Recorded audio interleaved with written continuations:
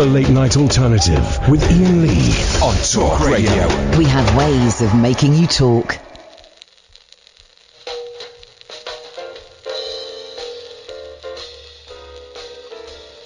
Hey, that's pretty cool.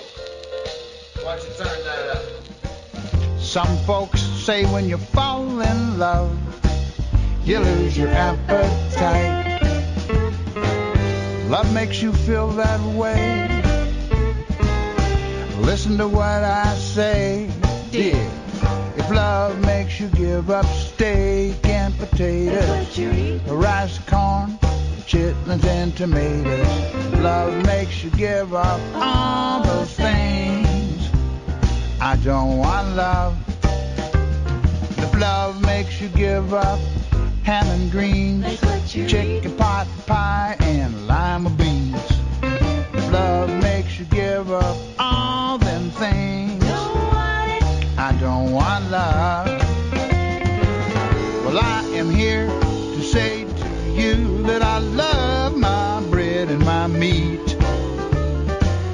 Take a look at me and you can plainly see that I'm a man who loves to eat. So if love makes you give up steak and tomatoes, eggs over easy and hash brown potatoes, love makes you give up stuff like that. Oh no.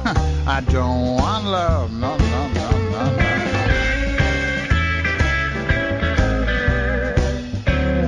I have issues with Indians. You're a fanny. Why does life be so unfair?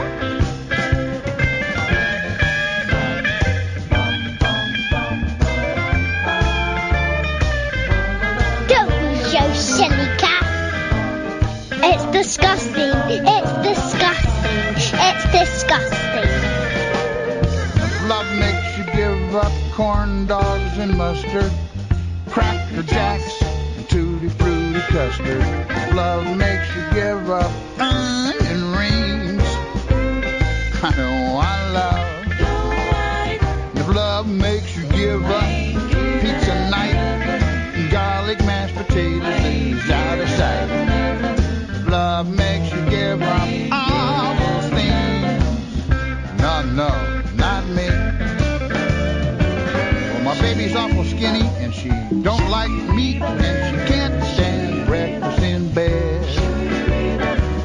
And as for me, well, where's my seed? 'Cause it was time that I was fed. I love my bag. So if love makes you give up saute and pate and vichyssoise and stuff you have to flambe. A biddly biddly bomb. Love makes you give up buffalo wings. Blimey! I don't want love. No, no, not me. No, sir. No, siree. I don't want love. That's the sausage. Always good to start a show with a bit of Dan Hicks and his Hot Licks, who I recently rediscovered because I saw a CD on my car and we were listening to that song a lot in the car today, and the boys found it hilarious that he mentions garlic mashed potatoes. And they thought that sounded like the most disgusting creation on God's earth, and I threw them out of the car because it sounds great. Good evening, dear listener. The Late Night Alternative on Talk Radio, Monday to Friday. I'm Iain Lee. Who are you? Katherine Boyle. Not that it's That's it. any of your bloody business. I need you to bring those documents in.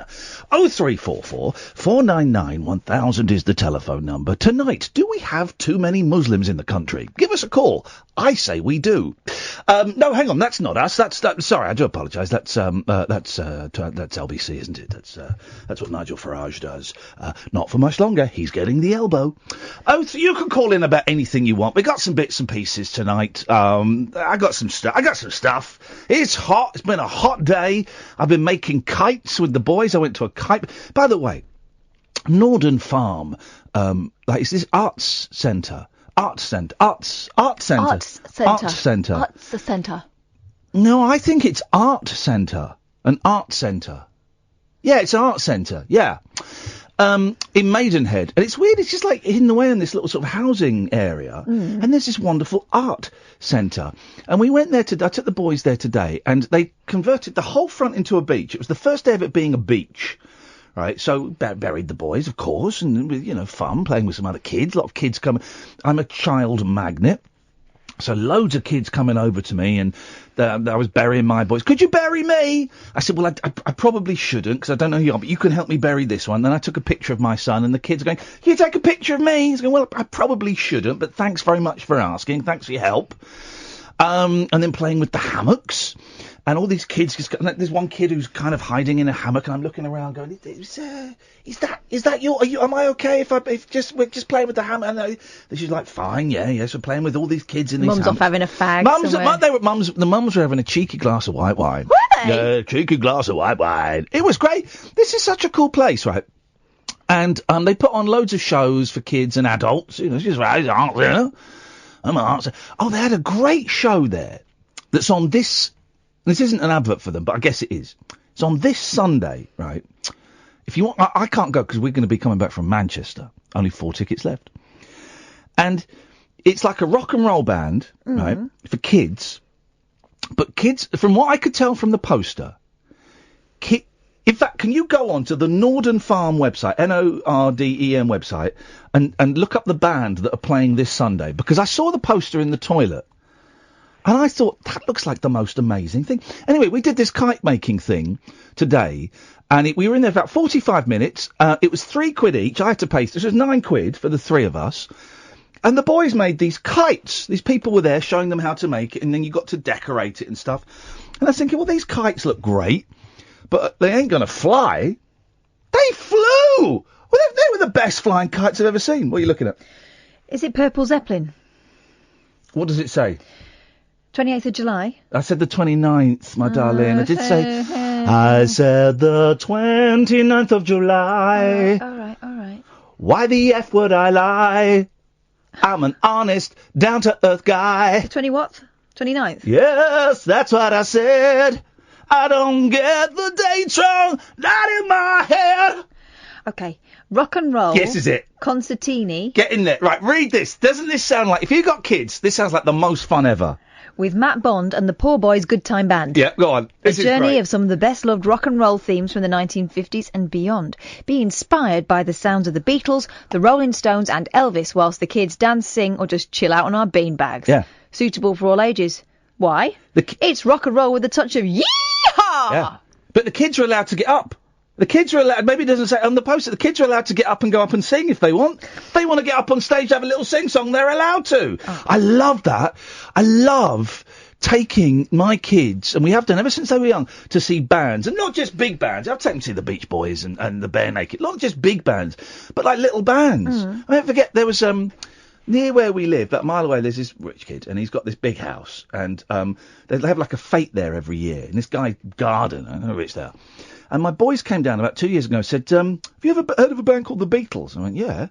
Oh, they're playing up at, let's call him Steve, playing up at Steve's house. I said, the Beatles? I went, yeah, the Beatles. I said, are you sure? Oh, yeah, the Beatles are playing. I went, well, I have to go and check out this secret gig. So we went up there, and it was a Beatles tribute band, but they only played like the early rock and roll stuff.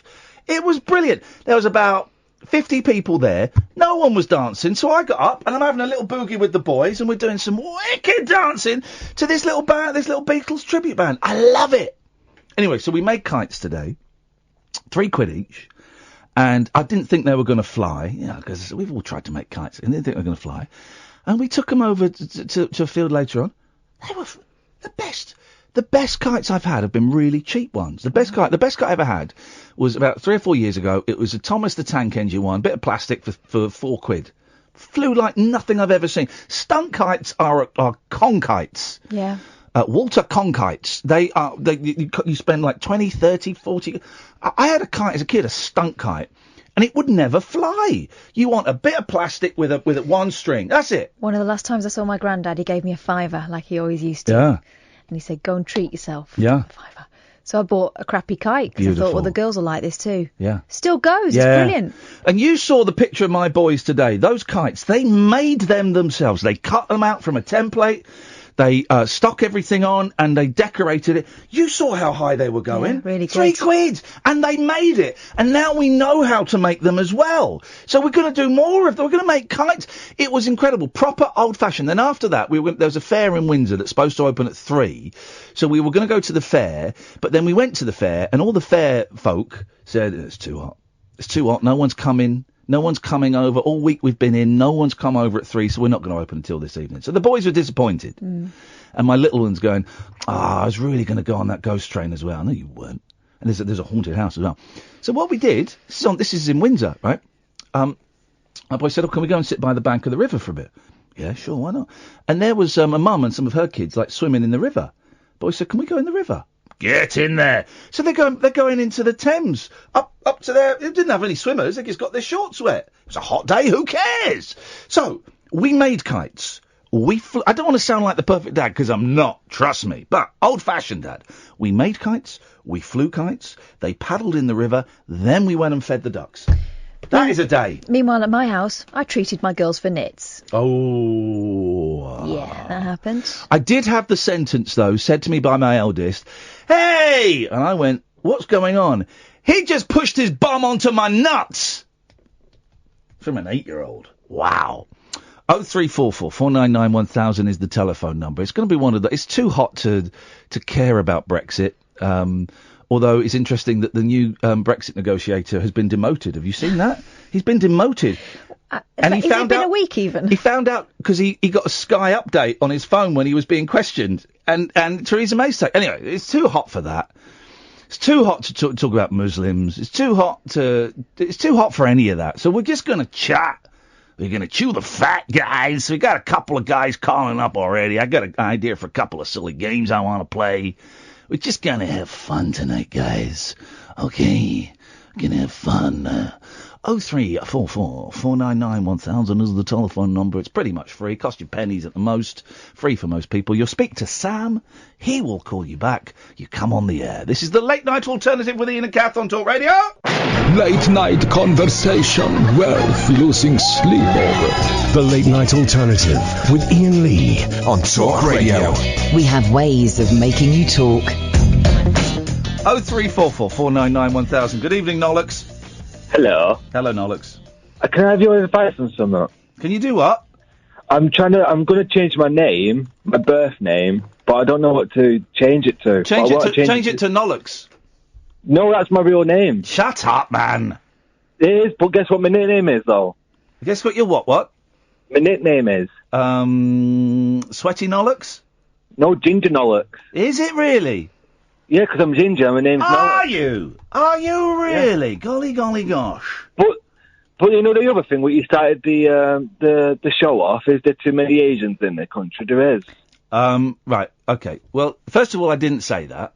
And secondly, yeah, okay, well, you just got banned for life. Because, listen, I'm fine for having a little bit of fun, but when you just come on and spout the outright racist memes and I never said it was a bad thing. You know, but you did by saying too many. No, not just Asian. I meant no, dude. Polish, dude. European, dude. I wasn't being racist. No, you work yourself a ban for life, buddy. Don't call us again. Thanks ever so much. Can you put a warning by his name? We're not having that. Sorry, YouTubers. You would have heard that. I'm all for guiding the youth and having a little bit of free-form banter, but. And Nollock's been a bit funny before, hasn't he? Every time he's been annoying. Right, so, he's gone. He's gone. Sorry, YouTubers, you don't need to hear that, and I'm sorry that you did. But if, oh God, let's just get them out of the way. Yes, Mo. Hi, man. No, do you not, Mo? Mo, I don't want to talk to you tonight. You just called. There we go. Let's go to Zach. Good evening, Zach. I want to talk to Zach tonight. Let's start the show again. Those first two calls didn't happen. I want to talk to Zach tonight. Good evening, Zach. Good evening, Iain and Kath. This is what we want. Energy, pizzazz, spark. Gotta love the energy. Gotta love the energy coming out of my fingertips into the universe. Real life just needs to run away. Yes, man! Right, come on, Zach, let's do it. Let's do this now. We've bigged you up. Let's have it. Oh, I want to play a game with you, Zach. I thought we were going to play this game with Alan Caddick, but he's not here. Right. Yeah. So, What I want you to do, right? This sounds like a boring game, but it's a fun game. Okay. But you mustn't cheat. If you cheat, I will kill you. Okay. Right. Okay. So, what you have to do is you have to. I'm going to say ready, steady, go, and then you have to tell me when a minute is up. Okay. But I'm trusting you. Been playing this a lot with my boys. So old-fashioned, right? But I'm trusting you not to look at a phone, a watch, not to look at anything that has the time on it. Yeah. Okay. You ready? Yeah. Steady. Go. Yeah. You can play this at home as well, boys, if you want. The awkwardness. It's very awkward. You can play this at home, guys, if you want. You can phone up and play it. We can have head-to-heads. Got some fun games lined up today. Some real fun games lined up. You just tell me when you think a minute is up, Zach.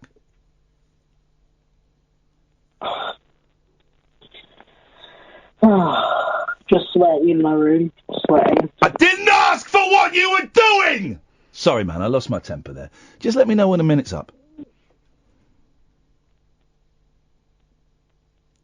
I didn't shock you into death there, did I, Zach? No. Okay, good. Okay.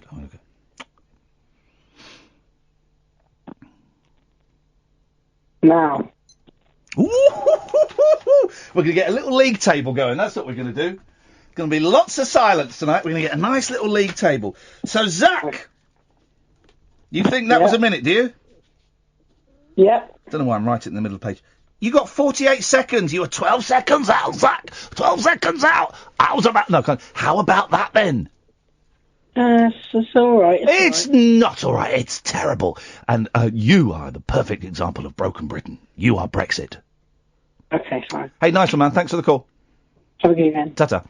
03444991000. Felt like his energy was gone by the time he left. Oh, yeah. Oh, yes. Well, Spent force. this is the thing, you see. This is the thing, that it will suck the energy out of the show significantly if we play that game. Shut the pony. So, 03444991000. It's time for... What day is it today? Remind me? Tuesday.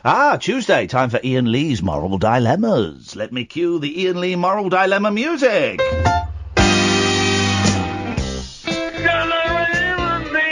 Like a boy laser. Why be more done than the one occasion? I've got a good idea. Don't you keep me near, I'll be so good for you. I'm gonna help you, roll you like you want me to. Let me know I can get through. I'll be so good for you, I can be so good for you. Let me know I can get through from the world. Let me know I can get through. I'll be so good for you. Iain Lee's Tuesday Moral Dilemma. So here's the moral dilemma tonight. As always, we're going to just put this out there. Kath and I are going to chew it around, kick it around, spit it out a bit, and then you're going to call in and you're going to give us your thoughts on it. It's a fun game. We do this every Tuesday evening. So I think there is nothing, as a parent, there is nothing more sacred to me than the trust that a parent has in a child and that a child has in a parent. Okay? 03444991000. Obviously, the trust that a parent has in a child comes with responsibility. I like to trust that my kids are always doing the right thing, but I have to suspect that sometimes they are not. And I just have to keep my eyes open and my ears open. Sorry? And to protect them. But the child, I believe, the innocent child, certainly the under 10s. Have you just worked out where this is going? No. Then what are you angry about?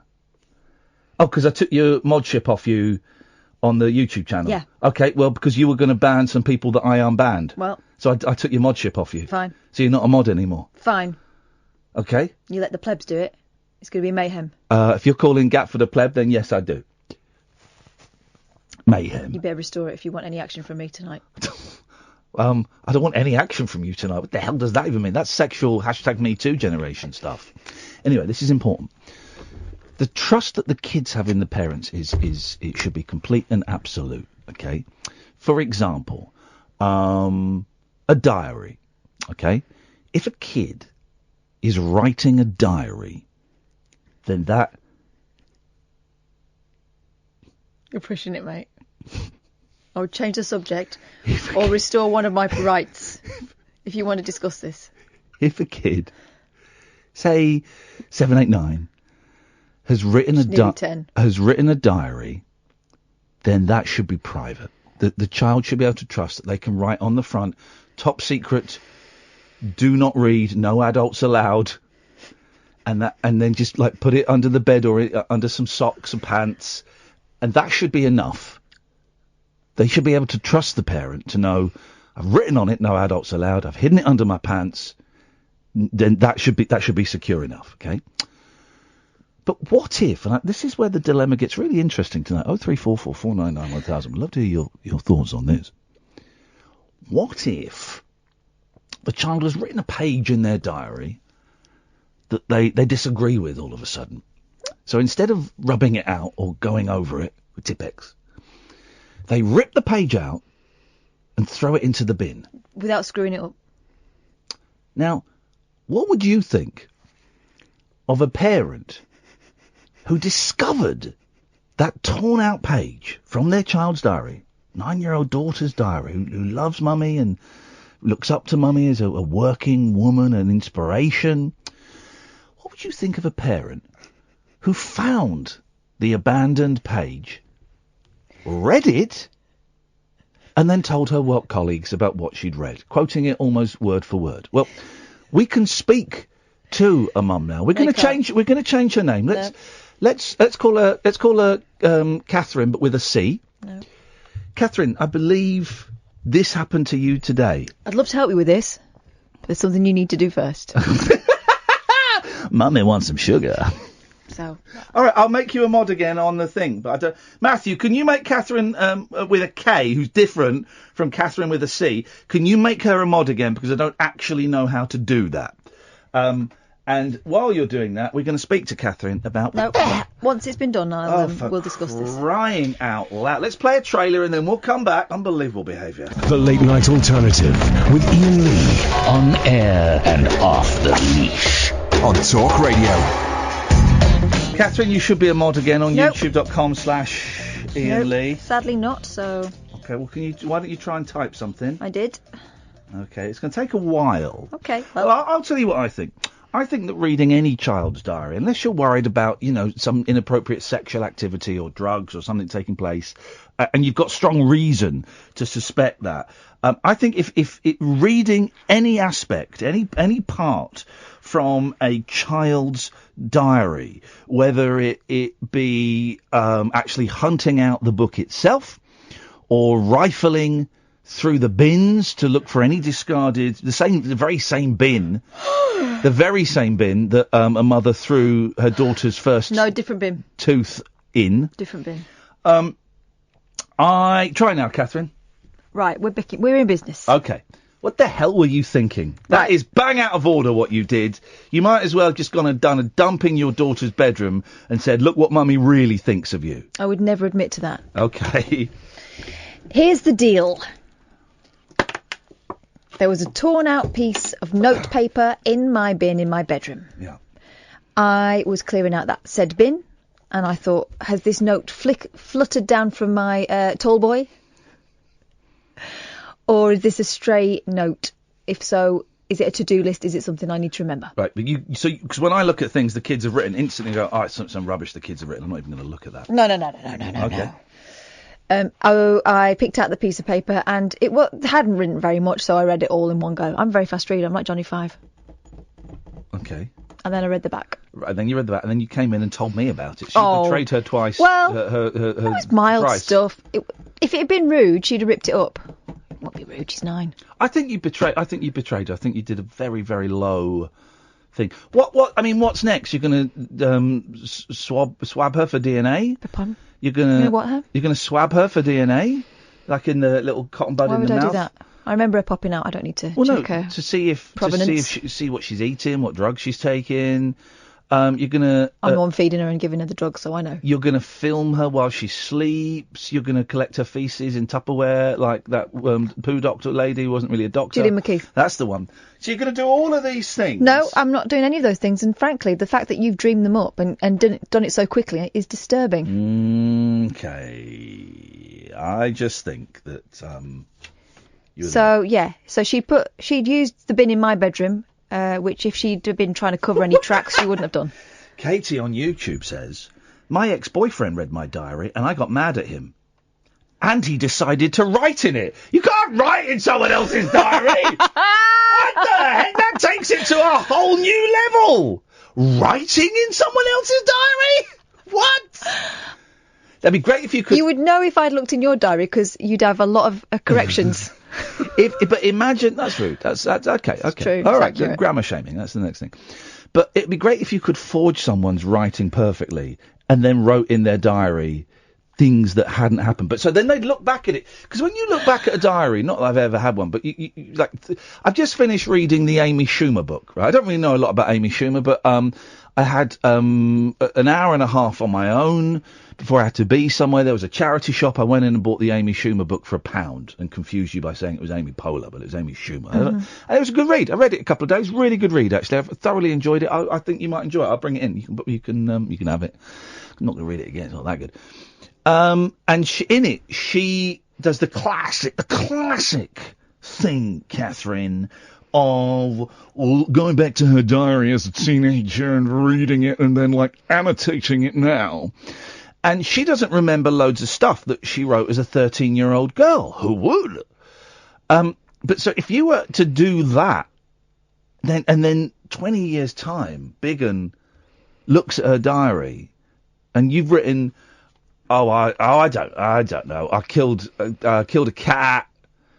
And I hate my mum. I would never write that. No, she's probably writing that already. I love my mum. She's the best mum in the world. More like it. She just wouldn't have a clue. She'd have to take that as gospel. What, like gaslighting times 10? Gaslighting, yes. Gosh. Well, why would I do that? Is gaslighting from What Happened to Baby Jane? What's that I think from? it's a film called Gaslight. What happens in it? I know what happens in it. Oh, is it not? So what is? Because I've switched from Netflix to Amazon Prime, and there's loads of films on there that I've not seen, which I've put in my to watch list. Most of them I start and 15 minutes in. Here are the films I've watched 15 minutes of on Amazon Prime. Mm-hmm. The Whole Nine Yards, starring Bruce Willis and one of the friends. The Boat That Rocked. God, that was awful. I started watching Jarhead yesterday, and I may go back to that because it's quite sweary. I like swearing in movies. I think it's big, and I think it's clever. A few films like that. So whatever I was just saying. Gaslight. There we go. Thank you. So whatever happened to Baby Jane is on the list because I think I'd like that. Oh gosh, I think it's going to give you a lot of ideas. Okay. Ricardo is on the line. Good evening, Ricardo. Ian, it's lovely to speak to you again. Of course it is, Ricardo. I'm a cool guy. Well, and you are not. Well, let's not. You're looking up at the star. You're looking up at the stars, and I'm looking down. I'm looking down at whence I came, and it just reminds me to work even harder to stay up here. So thank you, Ricardo. It's great. It's humbling to speak to people like you. Well, number one, that's a little bit rude. Number two, how will you ever know that you've walked near the stars if you haven't trodden on the moon? That's kind of cute, but it's rubbish. That literally means nothing. But well done for trying. It's really bad. Well done for trying, my friend. Okay. What would you like to say tonight, Ricardo? One of the little people. Well, apparently I'm a little person. I've never been called that before, so thank you very much. You're very welcome. My pleasure. My absolute pleasure. Well, at least you're not body shaming. So no, I wouldn't do that. I'm not James Whale. Well, he's a big guy, though. Well, I don't know. I certainly wouldn't comment on his weight on air like he has done about me. Anyway. Go on. Oh, yeah, exactly. No. Number one, it's been a long time. Number two, how is Kath? Number 3, why didn't you ask me? Well, number 4, I didn't hear that you were there. Number Number 5, 5, you've not been listening. Thank you. Number 6, have you been listening? He said, giving him the benefit of the doubt. You're giving someone the benefit of the doubt. What has this person done to you? That's it. End of story. Number 7, what the hell are you talking about, man? Are you drunk? No, but you usually cut me off by... No, why would I cut you? I've just given you the benefit of the doubt. Have you been listening to the show, yay or nay? What, recently? Yes, okay, let's start with that. Yes, recently. Meaning in the last 5 minutes. No. What, is that a really bad thing, or...? Well, it's not a really bad thing. People can call up and they want... but I do... And this isn't a bad thing at all, Ricardo. Of course it's good to have you on board, but it does strike me as odd that people phone up when they've not been listening. Do you not think Do you not think that's odd? Have I been listening on and off for the last... For God, how long has it been? Jesus, mate, make it sound like so much fun. Just... Come on, God, I've been listening. It's like you're doing a prison sentence, man. Come on! I remember I've done a 15 trips listening to Iain Lee. But so you've not been... When was... All right, and I'm not having a go. Genuinely, I'm fascinated. And I know we've got a few people that call in that don't listen, and that's groovy, man. I can dig it. But, so when was the last time you listened? Oh, I think... what year is it? Well, you were getting annoyed about something, and... Doesn't narrow it down that much, I'm afraid. It doesn't. No. It doesn't. No. I'm going to give you that, and I think that's only fair. You were... Oh, you going to like, oh, what was it, like a jungle or something? Flippin' heck, man! That was like 9 months ago. It's almost a year ago. Let's go to Kassif. Good evening, Kassif. Good evening, Iain. Good evening, Kassif. Absolute pleasure. You are my number one caller. Would you like to play the 60-second game? I don't know what that is. Very, very simple. I'll explain it to you. I am going to say ready, steady, go. All you have to do is tell me when you think 60 seconds is up. Simple as that. Because we all know time. We all know what's... But actually, do we know time? Do we? So, are you ready? Do you accept the challenge? Yes, go ahead then, Iain. Ready? All you got to do is just tell me when you think 60 seconds is up. Ready, steady, your time starts now. Before... 7. Super 12. Super 13. Super 14.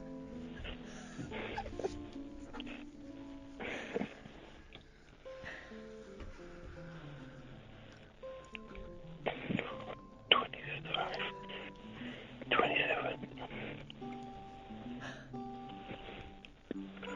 32, 33, 34.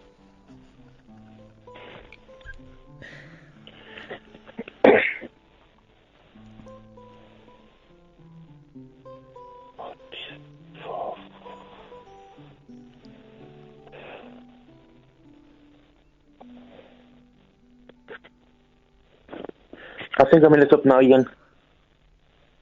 Oh, dude! Well, okay, we're gonna put this in tenths of seconds, hundredths of seconds, because all right. How do you think you did, mate? I don't know, probably about two seconds off. Can I ask a question? Yeah. Were you counting?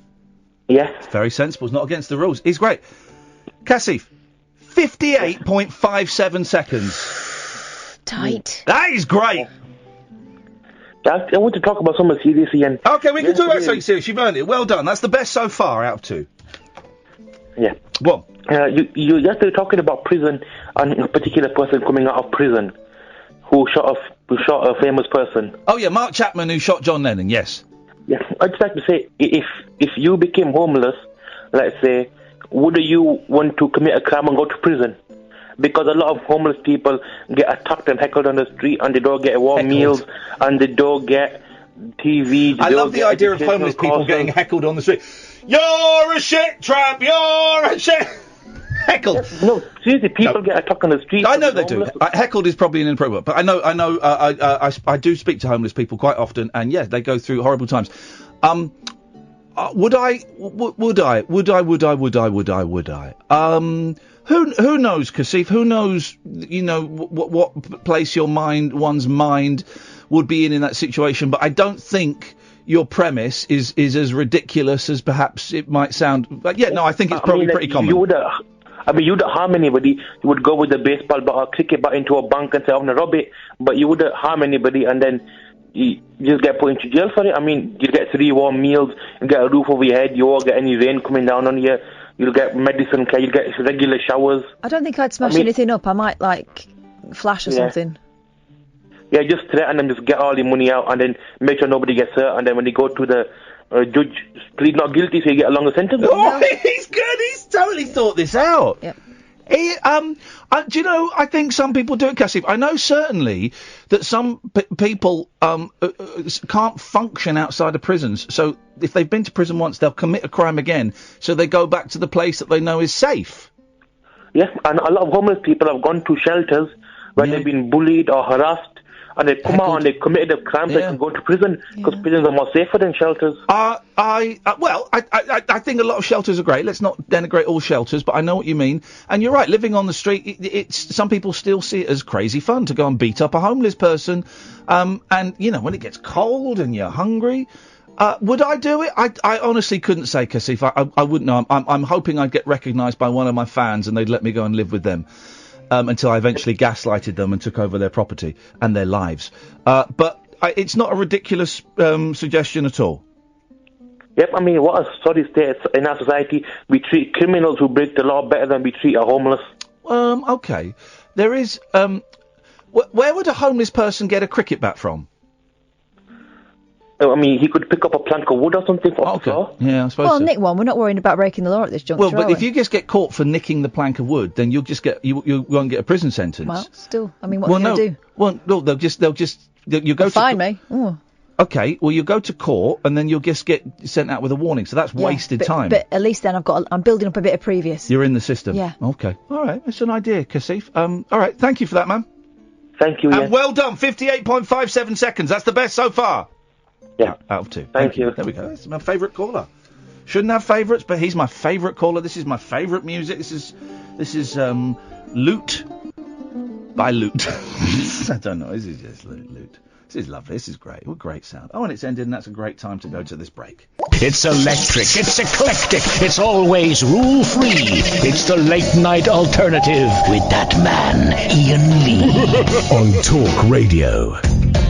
03444 499 1000 is the telephone number. So, I don't remember how you spell her name. With a C. Well, yes. At the end as well. Yeah, okay. IE. That's not coming up when I do that. That's not coming up. I'll look in a minute. So this Saturday, Katherine and I, don't know. Katherine and I will be in Manchester. There's only 4 tickets left for the Rabbit Hole Live in Manchester, Saturday evening, 7:30.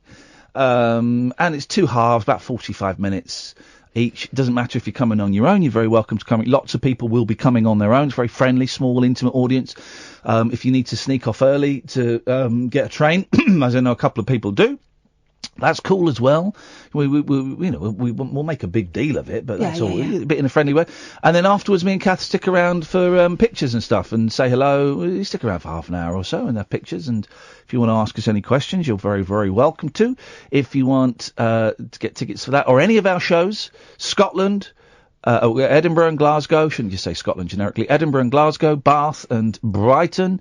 If you go to iainlee.com/event, iainlee.com/event. Let's go to Wasim. Good evening, Wasim. Yeah, evening. How's it going, mate? It's all right. I've got a little frog in my throat, but I'm okay. Go on. Just have some water or something. Thanks, man. Yeah, good suggestion. Appreciate that. I've just turned 33. Okay. What do you want? Oh, yeah. Okay, I was going to say to you, I know you don't do shit about my birthday, but I was going to say, the audition you had for Hollyoaks, I know you didn't get in. What are you trying for EastEnders? Phil Mitchell's long-lost sister.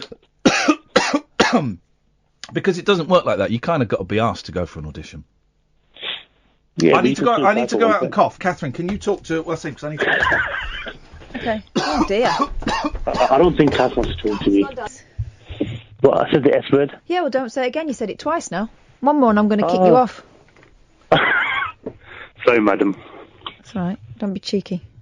I'll kick you off for that as I'm well. just being respectful to my elderly. Sorry? I'm just being respectful to the elderly. Okay. Anyway, have you got anything fun to say, or are you just going to do this? And then I was wondering, Ian's blocked me on Twitter. Yeah. Probably has. What, he's actually blocked you rather than just muting you? I think he's actually blocked me. I think I pissed him off in the past. Oh, wonder how that could have happened. Things happen, don't they? Yeah, sometimes on purpose. I don't really mind. I'm not really obsessed with Ian I anyway. unblocked him. I unblocked everyone, the idiot. No, you haven't unblocked me, Ian. I'm still blocked. No, you're not. No, you're not. It's quite funny, though, to be honest with you. You're unblocked. Really? Yes, mate. I unblocked you. I unblocked everybody. And I'm going to try. Let me go and check. I'm trying to do an experiment where I don't block anybody, but it's really hard because people on to be Twitter. fair, mate, some people are getting really talking. Some people are getting really offensive on Yeah, there. and rude and talking over each other. Yeah, you're unblocked, mate. Oh, yeah, I'm unblocked. So, listen, Ian, before I go, I was wondering, what's happening with the trip with you and Ian, with you and Amir going to Pakistan? Doesn't look like it's happening. Oh, that's a shame, man. Yeah, the momentum. The thing is, you do something big like The Jungle, and loads of TV companies go, "Yeah, let's work together. We'll come up with the show. Let's work together." Oh, that sounds like a great idea, and then the momentum dies off, and they're already looking at the people who are going to be doing The Jungle this year. That's the natural cycle of things. So, to be fair, I think it would have been a good documentary. Yeah, I was talking. We put forward this idea of me and Amir going to Pakistan, and some people got very excited about it, and yeah, this will definitely happen, and it didn't, and that's fine. And my sort of little 3-month window of being able to, walk around ITV like I own it has closed, and that's fine. And I enjoyed it while it lasted, and it was lovely, and I probably invested a little bit too much emotion in it, but that's cool. And it's gone, and I'm still getting, lovely little gigs. I'm doing Loose Women tomorrow, lovely stuff like that. Doing a competition on Loose Women, that pays half the mortgage. It pays not on the new place, but that pays better than you might think. So I'm cool, man. I'm cool with all of that. Loose Women tomorrow, guys. I don't know where I'm somewhere in Twickenham, I think. Doing so. I don't know. I should have a look. Really, I'll have a look at the script. 0344991000. The gentleman who called in earlier on, who Nollock, is calling in from doing that thing that young people can do where they can make it look like they're calling from America. But I don't know any phone number in America that's 0000000000, which is what's showing up on my screen. So that ain't working, I'm afraid, Nollock. So you're going to have to try a little bit harder if you want to get on at my show. Let me tell you that.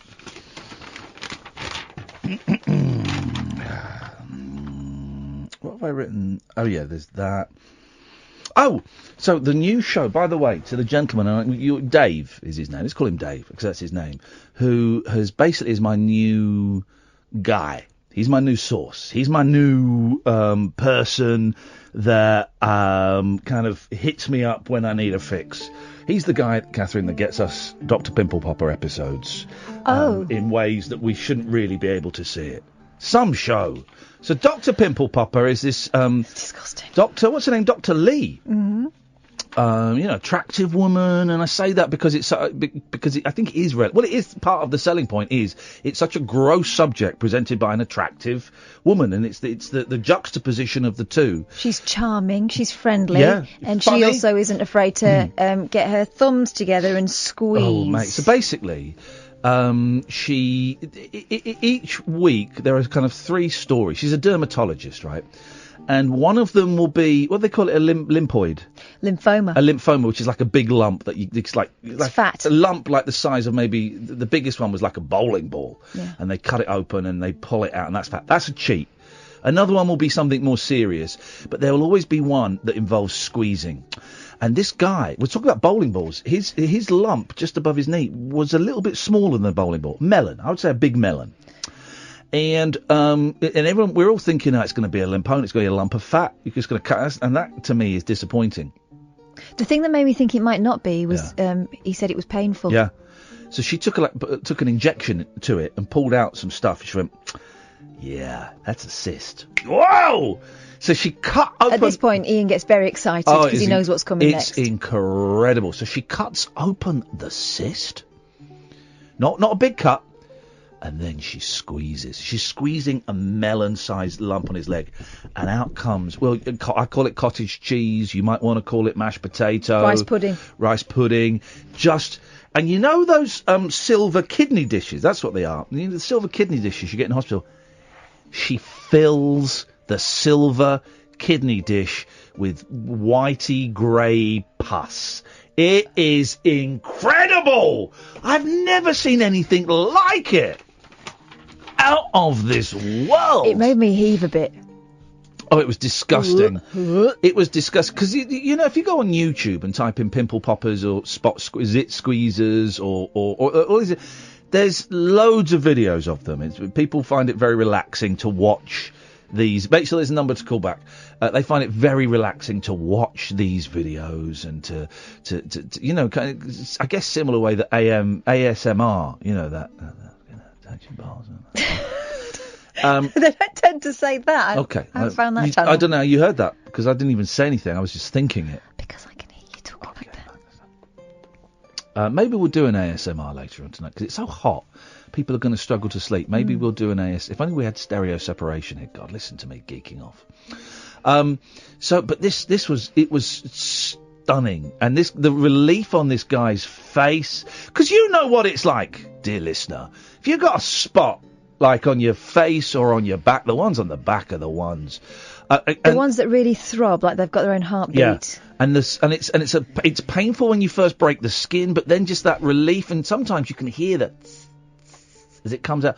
I love it. And also it stops hurting, doesn't it, the more you press. Oh, I love it. I love it. Then a little bit of blood comes out at the end. That means you're done, and you wipe it, and the next morning there's like a little blood dot on your sheet, and that's like another tally for great sportsmanship. I love it. Sportsmanship. But now I'm single. And this may be why I'm single. I've got no one to squeeze my spots on my back for me. Kath? No, thanks. I'll give you an extra £5 in your pay packet each week. No thanks. Okay. If any ladies, I'm going to be honest, any gentlemen out there want to get involved and want to squeeze the spots on a former I'm a Celebrity, Get Me Out of Here contestant's back, then you'd be very, very welcome. I love it. Oh, I love it. But I don't know where the pimple doctor. You shouldn't really watch shows illegally, right? Okay, but I'm in the media, so I'm allowed to. But I don't know if it's showing in this country. I think it's only an American show, which is a shame. It's good to watch it. It's an hour long, and it's about 45 minutes, and it's good to watch it where you can skip forward, because a lot of the stories, although the story of the woman who had pus coming out from her armpits. Pus coming out from her armpits and under her boobs. Yeah. There was pus coming out, Sam. There was pus coming out. And also, I think she had in the sort of crook of her leg. I think it was in the general sweaty spots. Pus was coming out. But then her story was fascinating, because it suddenly took a twist from this is really painful and this is what it looks like and what to her mum dying when she was a kid and her not getting on with her stepmum Rhonda, going, well, my stepmum Rhonda, she got with my dad 4 months after my mother had passed, and she has no interest in my condition. And the cue, Rhonda and dad coming around, sitting down, and this woman standing up going, well, I'm really got a lot of pus coming out from under my boobs today, and if you could have a look. She takes off her And top. Rhonda's already said, I found it very graphic, I find it very disturbing, and she's making her have it. Rhonda doesn't want to look at that. I didn't want to look at that. Rhonda doesn't want to see that. Rhonda doesn't want to help that. Well, the dad said, listen, honey, there's nothing I can do about it. And it turns out he's right. He's not a dermatologist. No, he's just a bloke. Dr. Lee. But you raise a good point, that the reason this show exists is because in America, of course, there's no NHS, so you'd have to pay, I don't know, tens of thousands of dollars possibly to get all of that stuff sorted out. The bloke with the big melon on his knee had had that since he was 8. Yeah. And he was what 45? Oh, easily, yes. He'd had it since I think he was 12. And it started, and it probably came from an injury, Dr. Pimple Popper was saying. But yeah, you'd have to pay thousands of dollars to go and get that sorted out. That seems like such a nuts concept that you can't... You go to a doctor, and they say, oh yeah, we can treat that, but we reckon it's going to be like $15,000. You go... I think I'm going to leave it. And yet, well, he said that doctors had looked at it and said, oh, well, everyone's got lumps and bumps. Fancy leaving a kid of 12 with that. But shame on him for not trying to give it a good squeeze himself, getting a compass in there and working a hole in it and breaking the seal and squeezing it himself. That seems like... So I would be in bed at night going... I'd get... I would put it on the side of a table, get a Bible... No. Whoa! But it was really painful, remember, when you banged it. You got to go for it. Oof. I would do it on the air now. I would rest it on here. I'd get you to slam it with the Bible or the Quran. I'm not. No, not the Quran. That's disrespectful. Oh, but hang on. No. But seriously, with the Quran, I was given a Quran once and I was told I had to keep it in a certain way. You're not allowed to be slamming things with it. Oh, but you're allowed to slam the Bible into cysts? What the hell is going on? You're saying that Allah wouldn't want... it's just Jesus that was the healer? Come on, Katherine. No. I've got a Quran and I'm going to slam it on a cyst. 0344 499 1000 is the telephone number. If you've got a cyst and a Holy Bible or a Holy Book that you'd like us to use on it, then do give us a call. This is the Late Night Alternative with Iain Lee and Katherine Boyle on Talk Radio. The Late Night Alternative with Iain Lee on Talk Radio. We have ways of making you talk.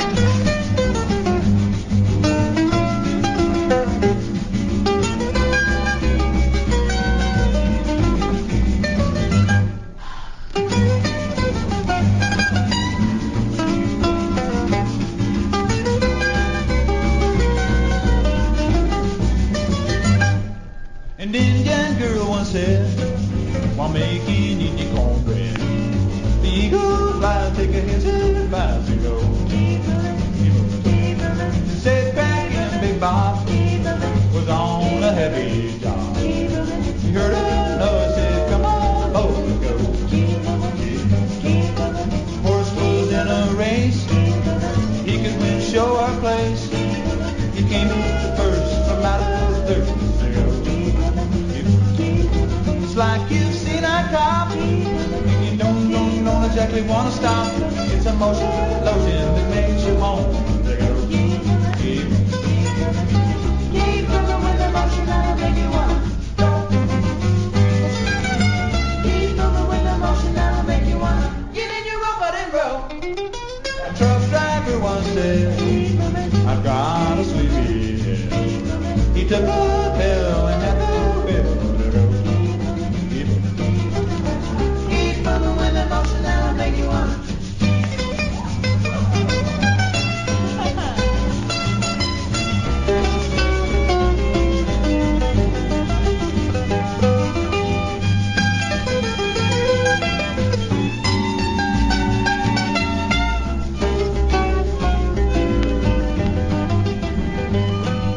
And reasonably brought down, a clown could only frown. But after a while, he started to snort some dough. Where's the dough?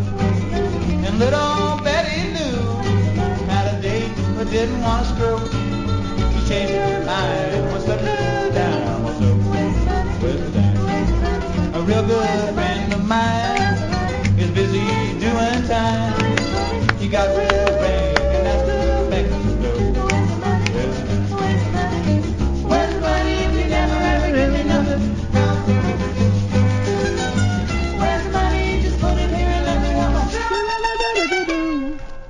A boxer's in a ring. He hears red bell goes in. He wins his fight with all his mouth and dough. Where's money? 0344 499 1000. That wasn't the best recording of that. I'm going to find a better recording because that's a great song. Dan Hicks and his Hot Legs. Hey ghouls. TMZ is the ghoulish website in the world, isn't it? So I don't even know who Demi Lovato is. She's a pop singer, right? And Yeah. she's potentially had a heroin overdose. First of all, how the hell do I know about? How do I know about it? How do I know something that's quite private? Because the police told some crappy ghoulish showbiz website, and now all the... Or they were using scanners. Oh, God's sakes, man. Poor woman is obviously struggling. Why... To hear of a young woman, any person, but a young person in particular, who has almost killed themselves with what is, one of the most tempting and, apparently the most delicious drugs of all time, but is also one of the most horrendous in what it does and how it makes you feel and how it changes your personality. I get no pleasure from hearing that. And all the showbiz go, oh, Demi Lovato's in a drug overdose, heroin. Well, if you're getting pleasure out of that, maybe you need to reconsider your careers, because it's none of our business, and it's really, really sad. It's really sad. Awful. That poor girl. That poor girl. So if you're running around TMZ, Jesus, man, what a scummy website. And anybody who's rubbing their hands, going, oh, we got a great story now, guys. We got a great, the Demi Lovato. Yeah, she took a heroin overdose. Fingers crossed, she might die. That's what some people are thinking. It's like Britney all over again, isn't it? Yeah, it is. Just, do you know what? Leave her. So all these, yesterday, Ant is seen out with his new girlfriend, and he's got the Alcoholics Anonymous logo tattooed on his wrist. So what? So what has that got to do with me? How is printing that going to help him get his life back on track? How is that going to help? All right, I can understand, actually, that maybe someone at home who's struggling with booze could see that and go, okay. Well, not in the snidey tone it's delivered. No, exactly. What it does is it puts shame on something that feeds off shame. I don't know, Anne. I met him, a handful of times on the show. You need to meet them offset. But I know more about his alcohol problem than I should. I never even really heard of Demi Lovato. I think I've seen a poster for her on the A4 as I drive into work. I think there's a poster for her advertising YouTube or something. It's pretty much all I know. I couldn't pick her out in a lineup. But now I know that she's probably had a heroin overdose and has been rushed. Why should I know that? I shouldn't know that. This stuff is private, man. For God's sake, that's a soul crying out for help, not for, private information to be broadcast around the world. That's why I'm reluctant. I know that was my stomach. I know a lot of you have got something, I don't want to say solace, but have got something from me talking about my relationship with drugs. And some of you have identified with it, and some of you have laughed at it, and that's cool if that's what you want. And some of you, maybe 2 or 3 of you have considered perhaps your relationship with drugs after hearing with mine. My relationship with drugs over the past 6 months has taken a really interesting turn. But I'm reluctant to share it, because it'll get in the Mirror online, or it'll get in the Sun, or it'll get somewhere, So I could come on and talk about relapses, I could talk about recovery, I could talk about the rooms, I could talk about all of these things. But then it becomes tragic. Tragic comic Iain Lee, former I'm a Celebrity contestant, reveals his dark drugs shame as he sinks into relapse.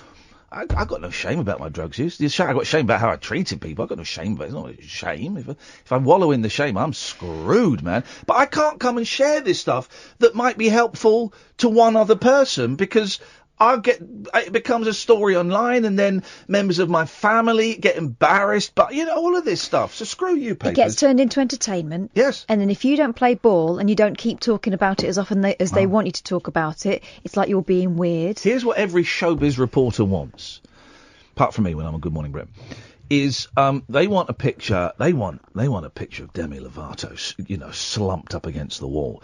They want a picture of me scoring some coke. They want a picture of Gaza coming out the off license. That's what they want. They want McPartland getting in that car pissed again. That's what they want. Then they can do faux concern and outrage. Yes. And you're entertaining them. You're right, it's entertainment. People's mental health, and addiction is a mental health issue, guys. And addiction is a disease. It's the same thing, and this will annoy people. Well, if it annoys you, good, you're an idiot, and you don't deserve to listen to this show. It's like following someone round who's having chemo, right? Going, hey, look at this!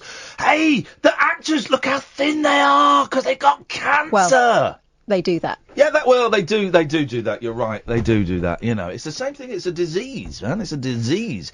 No one chooses to be an addict. Oh, yeah, they choose to take drugs. Yeah, you choose to put that first drug in your system. Yeah, okay, fine, I'll give you that.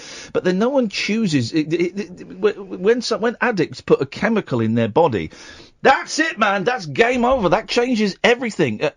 So no one makes that choice to be an addict or to be an alcoholic or to be a sex addict or to be, a compulsive eater. No one is at home as a 14-year-old going, man, when I grow up, I really want to stuff my face full of food, but lie about how much I eat and then make myself throw it. That's no one's ambition. That's a disease, man. That's a disease.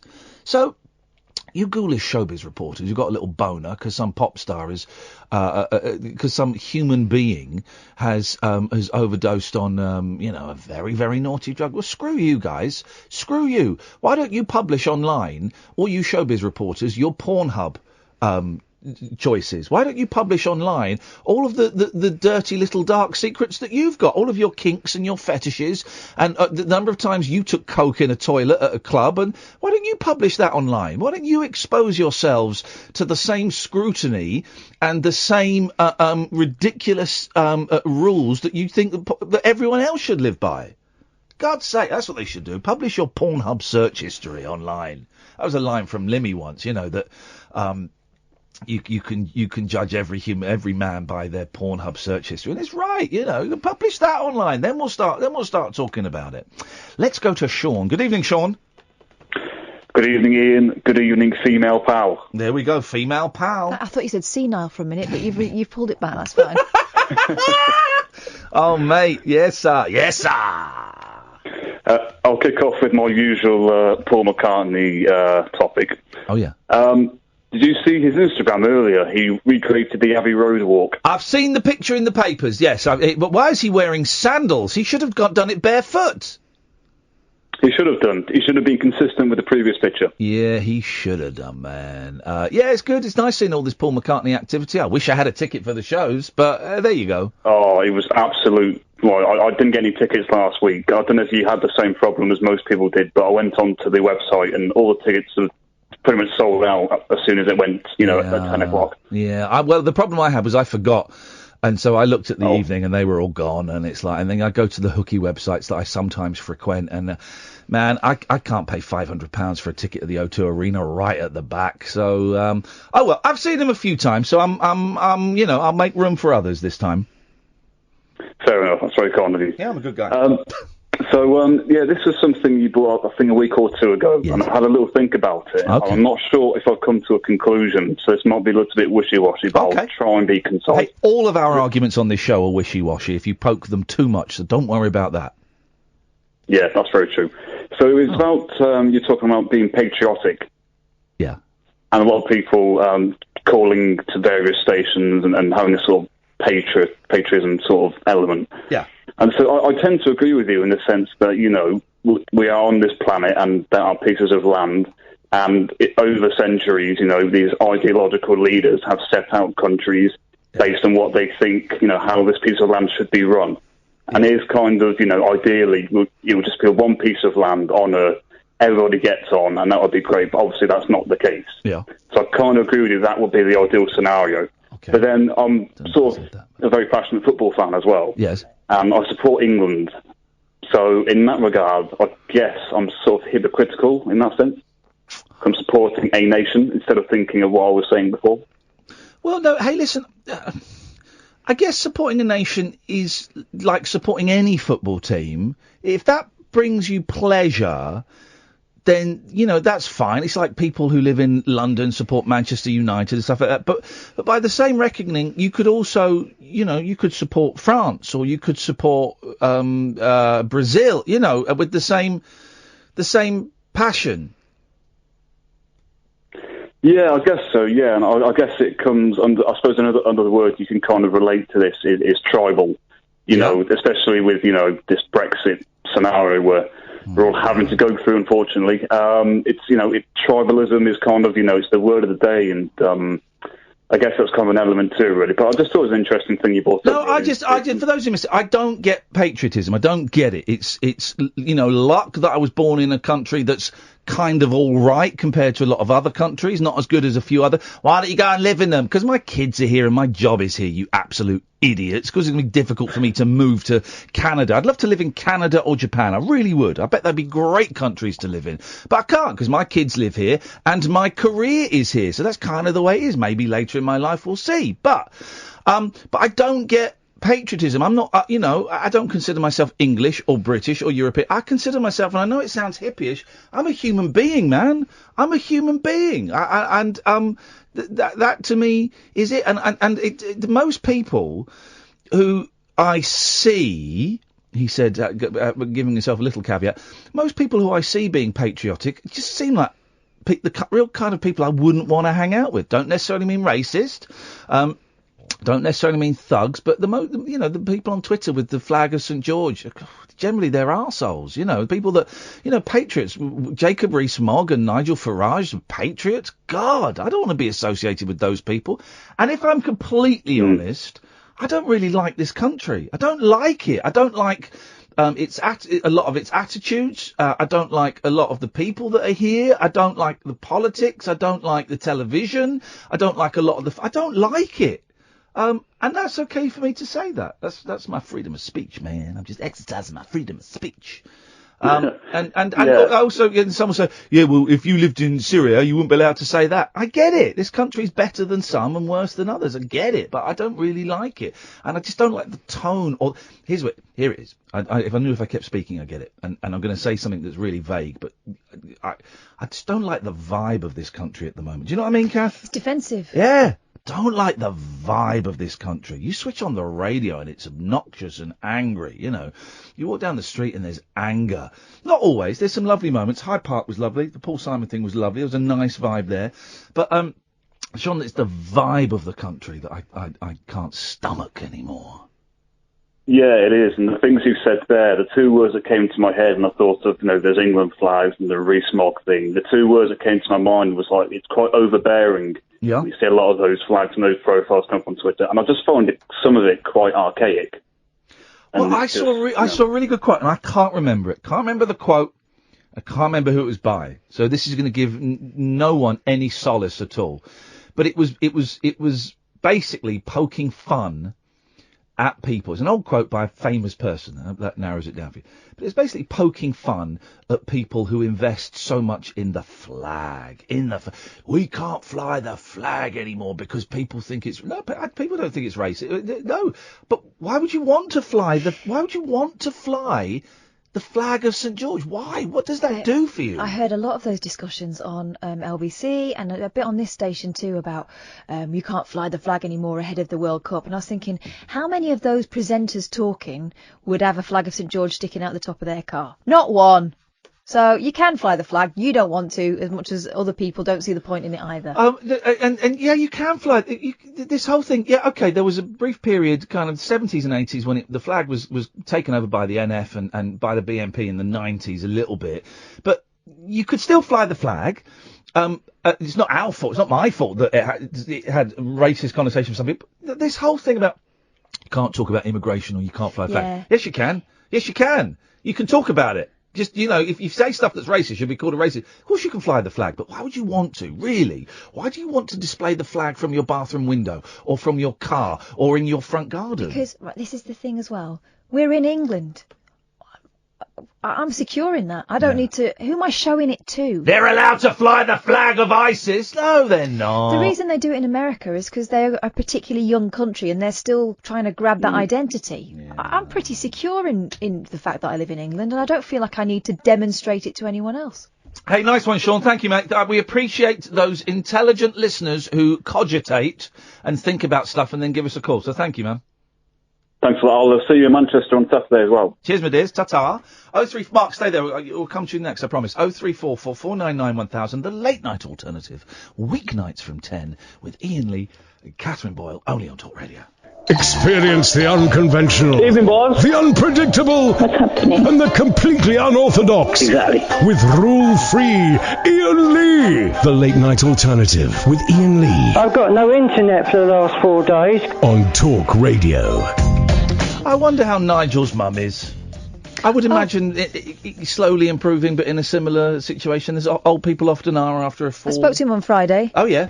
He said that she's doing all right. He said Yeah. she's still a bit poorly and she's Yeah. still in hospital and she'll be there for a while. Okay. But he sounded a lot happier in himself. And he said he was eating properly, not just crisps. I wonder, completely hypothetical and complete speculation, and he won't be listening, so, but, you know, having had a mum who was in hospital for 3 months while they sorted out a care package, I would imagine they're putting together a care package, and as often in these situations, they like to try and keep the person at home. But I wonder, you know, it sounds like she's had a nasty tumble. I wonder how feasible it is for her to go back home, and I wonder what will happen to her, and I do wonder what will happen to Nigel. I wonder if, you know, Nigel obviously has his problems, and I wonder if he is, I wonder if he has enough responsibility for himself to live at home on his own. I wonder what would happen to him. It's interesting. I do think about these things from... Well, he has been while she's been away. Yeah, that's true. Let's go to Mark. Good evening, Mark. Hiyo. Hello, Mark. What you got? I'm just apologising for the other night, you know, when went off on one. What did you say? I don't remember. I was going on about tattoos and all sorts of bobbins, but I was drunk. I don't remember. What did he say? You called me Richard Gunslinger the other night, didn't you? You blocked me on Twitter. Well, what did you say, dude? You're going to have to give me a little bit more than just being all I this didn't say vague stuff. anything. I just started going on. Everyone on the... You must have said something, because I wouldn't have cut you off and blocked you. It was when it was Saturday night, I think it was. Friday night. Well, right, Saturday night, you're the gunman. Yeah. Oh, you're an idiot. No, you're an arsehole. Yeah, Kath cut you off. You gave us some lip online. Shut up and listen. You gave us some lip. Shut up and listen, boy. You were sexually aggressive on YouTube. I blocked you. Sexually aggressive. Yes, it was a bit sleazy in retrospect. You were sexually aggressive on YouTube. I blocked you. Then I didn't hear you speaking to Kath on Friday, but she cut you off because it was her show. Shut up and listen, man! Shut up and listen! She cut you off, and I back her up 100% because it was. I'm ready to apologise. Shut your face! Shut your face! Shut up! All right. She cut you off, which is totally her decision to do, and I bet it was the right decision. Of course, I agree. Will you shut your mouth? Jesus, this isn't funny. If anything, I would have probably cut you off quicker than she did because she's too nice. And then you start giving her cheek on Twitter. I was asking the question on You Twitter. started giving her cheek and then deleting your tweets like a coward. Not cheek, man. Well, hang on a minute. You just said you weren't sexually aggressive, and I say you were. Katherine, what did this? Shut your face, scumbag! What did this arsehole of a human being say to you, Right, Katherine? okay, so when he came on air on Friday, you were... Hang on, are you going to let me speak, or are you going to talk... Do you know what? If I speak, they can't hear you, so you might as well just hang on. So we were talking online, not online, on the radio, and you made a few comments that made me and Katie kind of shrink up a little bit, because it was just a bit sleazy, like you said, and you admit that yourself, right? And then... Speak into the phone properly if you're going to speak! And then you thought it would be funny to do a mock Indian accent, at which point I went, do you know what? Yes. That's probably enough now. And do you know what? Everyone else gets cut off because I haven't got a fader, so at some point I have to finish the conversation. And you made that decision for when me. I woke up in the morning, I was properly embarrassed about it. Good. But because I pulled your pants down on Twitter. I don't know if you noticed. The sleaziness was a parody of Jim out of the Friday night dinner, though. It wasn't me. Of course it was. It was? Yeah, you're in character. Were you in character on YouTube as well? No, I was doing an impression of Jim off Friday night dinner. What, so all the time? What, all the time? No, just that. Hello, you look nice. That bit. That was Friday night dinner. It wasn't just that, though, was it? Anyway, it doesn't matter. Done. I'm just ringing up to apologise. Okay. But no, you're not. You're not. You're not ringing up to apologise. You're ringing up to apologise with conditions. No conditions. Well, What no, conditions there are. The You're conditions... ringing up to apologise because it's all about you, because you were embarrassed. I was embarrassed, but I want you to know that I wasn't. It wasn't. But then when we're trying to reiterate what has happened, no, I didn't do that. Oh no, I wasn't doing that. Oh no, you've misunderstood. Well, no, that's not an apology. It is I proper regret it because it was taken wrong. I did it as a parody. It was taken wrong. I got it wrong, did I? Sorry? It's not an apology, is it, saying that I took it wrong? No, I apologise for doing it, and it was taken wrong. Nope. First bit is an apology, the second bit takes it away. Yeah. Really? Yeah. Yes! That's how apologies work. I'm sorry for what I did, but you misunderstood me. Everything before but is bullshit. Irrelevant if it was an apology. If it was a parody, I'm sorry for everything. No. If is You're also... You're not having it, are you? No. You don't know how to apologise without making an excuse. Now, right? Shut up. Because first of all, you're not blocked on Twitter by me. You did block me, Richie. What did you call me? Richie Gunslinger. Could you listen? Could you listen? Because you're an idiot. You're not blocked on Twitter by me. You are Rudy71. You're not blocked. You're not blocked on Twitter by me. I don't know how. Yesterday. Right, listen, you're the second idiot to phone up and say I blocked you on Twitter when I unblocked everybody about a week ago. Yeah, and last night on your radio show, you said I blocked another guy, and that was me, Richie. You called me Richie Gunslinger. You blocked me yesterday. No, mate, you're not blocked. You're a liar. I'll see your photograph and.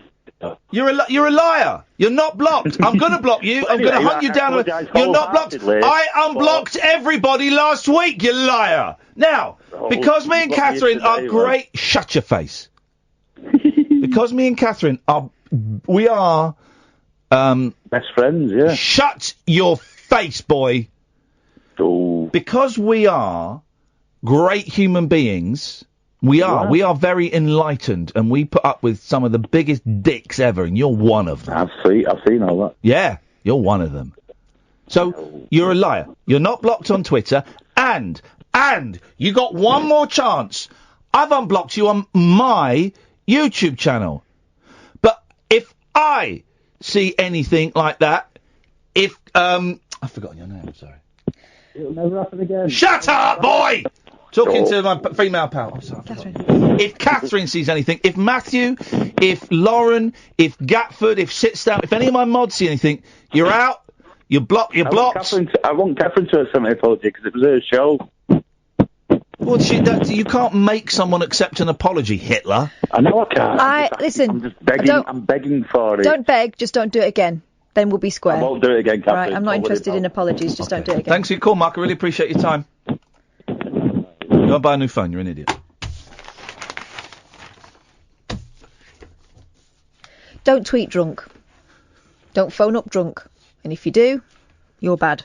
The late night alternative with that man, Iain Lee. There's no strangers here, just friends you haven't stalked on Facebook yet. Have never sent my picture to anyone who didn't request it. The late night alternative with Iain Lee on Talk Radio. Yes.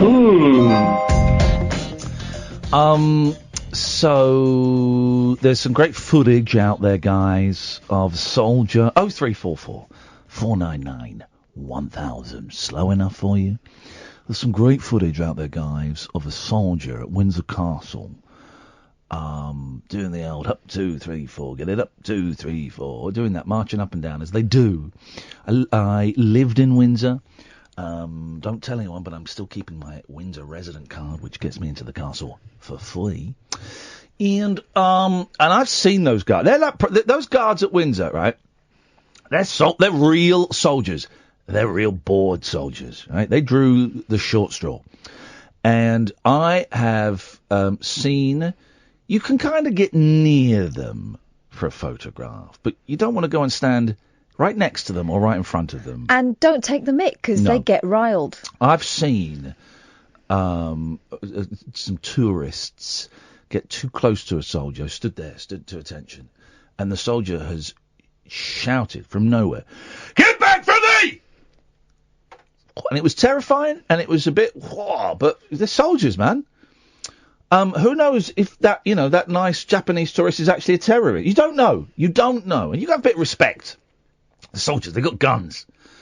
And there's some great footage out there of this soldier marching, and there's a rope. There's a rope even, and on one side of the rope is the soldier, and the other side of the rope are tourists taking the picture. Except one of the tourists climbs over the rope, has her back to the soldier, is standing in the soldier's path and having her picture taken. All right, that's a pretty dangerous game of chicken, but okay, maybe in my younger days I'd have played a game of chicken like that. I just don't know. But what's great is the soldier doesn't stop, doesn't move out the way, doesn't tell her to get out of the way. He shoves her. He shoves her, and he shoves her hard. Good. He's doing a job. He's not there. Okay, it's a bit of a touristy thing. Of course, when you go to the castle, you want to see the soldiers march. Of course you do. It's fun. Boys like it. I get a bit of a thrill from it. But they're working. They're working. They're doing armed. the job. He's got a well, man. Standing in the way of where he's marching. The fella taking the picture goes, "Oi, get quick, out the way, he's coming." It's just stupid. We don't cross over ropes. When the ropes are up there, we don't cross over those. You leave it. The trouble is, some people treat it like Disneyland, and it's like getting a picture next to Snow White. Well, the thing is, Snow White is about 6'4" and armed. Yeah, exactly, man. You can't mess around with those dudes. So there's a thing online, and some people are going, "Well, this is out of order." He's a soldier, and he's doing a job. Was he supposed to stop and wait? Or, comically, walk around her, get out of her photo, duck underneath it. It's not happening. No, I think he did the right thing there. 0344 499 1000. You got any stories, or shall we dive into the papers? Well, if you reaching for your laptop then was you to find some stories, I can find stories fast. No, I got stuff. Have you? I got stuff. I just thought that maybe. Oh, we watched. What did I call that program? The Love Island. I was going to say Titty Beach, but yes.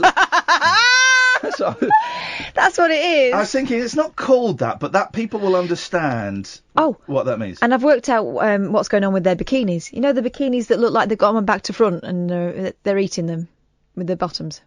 They're called bikinis. Bikinis? Yeah, because they're supposed to be cut away like that. Right, Apparently okay. that's comfortable. Okay. But we were watching that, and I don't really understand we don't watch it every day, or I certainly don't. And when there seem to be new people there. Yesterday they were doing a lie detector, and as one of Danny Baker's daughters pointed out on Twitter today, lie detectors owned by ITV, used on Jeremy Kyle and Love Island, they're rubbish. And they are. The lie detectors are rubbish. They're not. And also, those ones you wear around the chest, that's not proper. I'm assuming that's what they use on Jeremy Kyle, right? And I always assumed that the Jeremy Kyle lie detector was the kind of the ones that the American CIA use, where you're like wired up your fingers, you got it all over your chest, all over your hands, and it's like the thing, and it's not a simple yes or no. You've got to interpret all of the lines as one.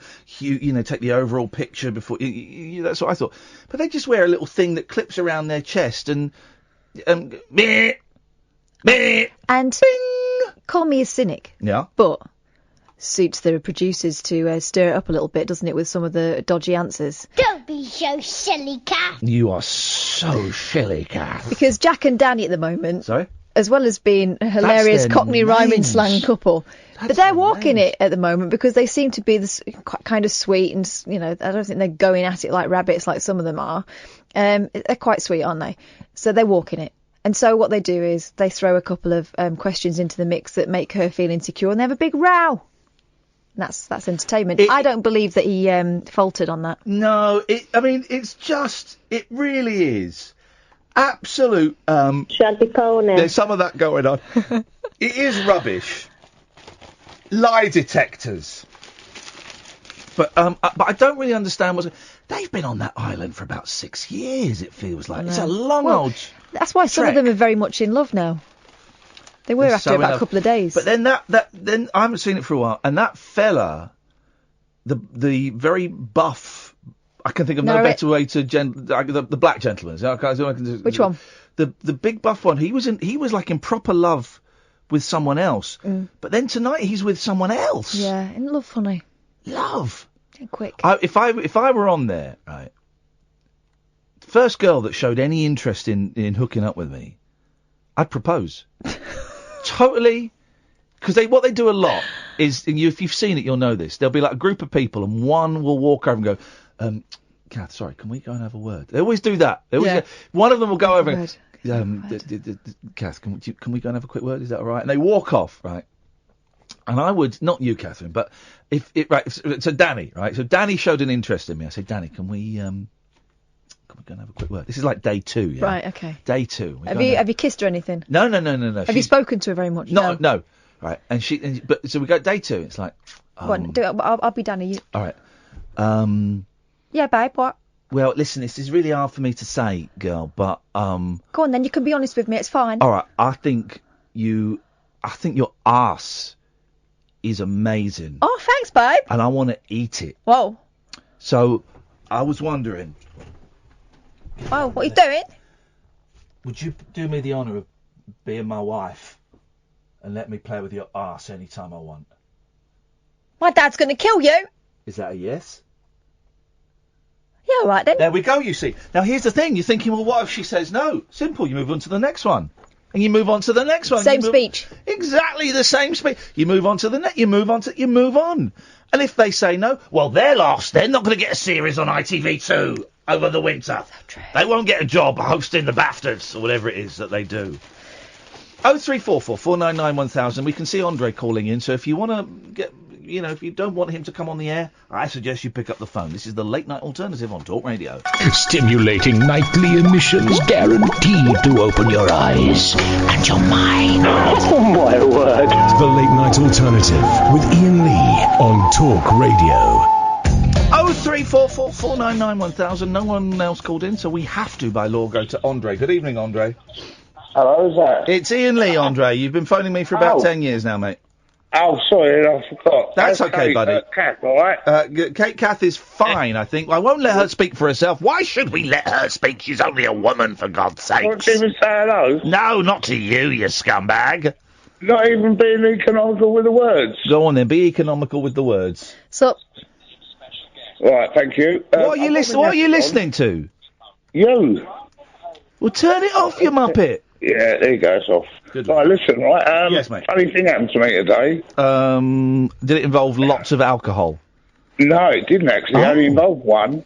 Okay. It was quite warm, which it shouldn't have been, but it was. It's summer. Yeah, it was really horrible, and it's given me heat stroke, believe it or not. Look, the sun has. No, the beer has. Oh, the beer has given you heat stroke. What would it be? Well, see, the thing is, it's going to be hotter than Jamaica this week, as you know, yeah? Yeah. If you see the forecast, 102 or whatever. Listen. He's right. I know I'm right. Don't tell me I'm right. Well. Listen. Yes. Ian, but this beer has been topped me right over the edge. Okay. I've been sitting in front of a fan all day. Yeah. And with a brilliant 8 strokes, this beer. Well, I'm not having another one. Have you been drinking this beer outside in the garden? No, indoors, but as soon as I come out, the hot air hit me and I had a heat stroke. Okay, I don't know if you know. I don't think you know what heat stroke is. A beer stroke. You had a beer stroke. Okay. Yeah, I think that's the proper terminology. I think that makes more sense. Yeah. It was a beer stroke. But what should I do about it? Maybe go to bed and stop phoning me. Don't be like that. No, maybe. Right. Yes. What's occurring? I'm doing a radio show, mate. All right.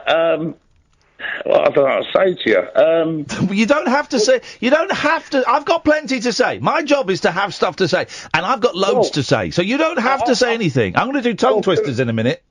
Can I have the airwaves? Scissors and rocks. Right, after 3. 1, 2, 3. What you got? What you got? You go. You tell me, because I don't. You tell me. Right. No. Yeah, just tell me what you got. Right, it's flat. So is it paper? I can't say. Well, you have to. Mine is sharp. Right, mine's a flat piece of slate with blunt scissors. Oh no, mine is sharp paper. You get a paper cut, so I wrap that round the slate. So I'm afraid you look. Oh, I'll tell you what we'll do. What? We'll do the 60-second game, yeah? Go on then. So I'm going to say go, and you've got to tell me when you think 60 seconds is up. All right, go on. And then. the person closest to it wins £1 million. Okay. All right, ready, steady, go.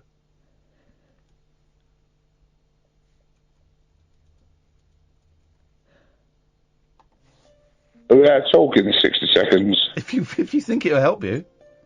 All right.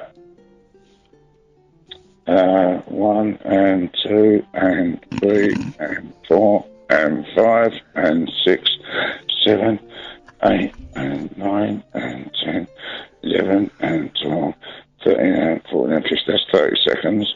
1 and 2 and 3, 4 and 5. I've sussed this end. 7 and 8 and 9, 10 and 11 and 12, 13 and 14 and 15. That's 45 seconds. 1 and 2 and 3 and 4 and 5 and 6 and 7, 8 and 9 and 10. They taught me this at school. And 1 and 2 and 3 and 4 and 5, 60 seconds. There you go. 60 seconds. Hello?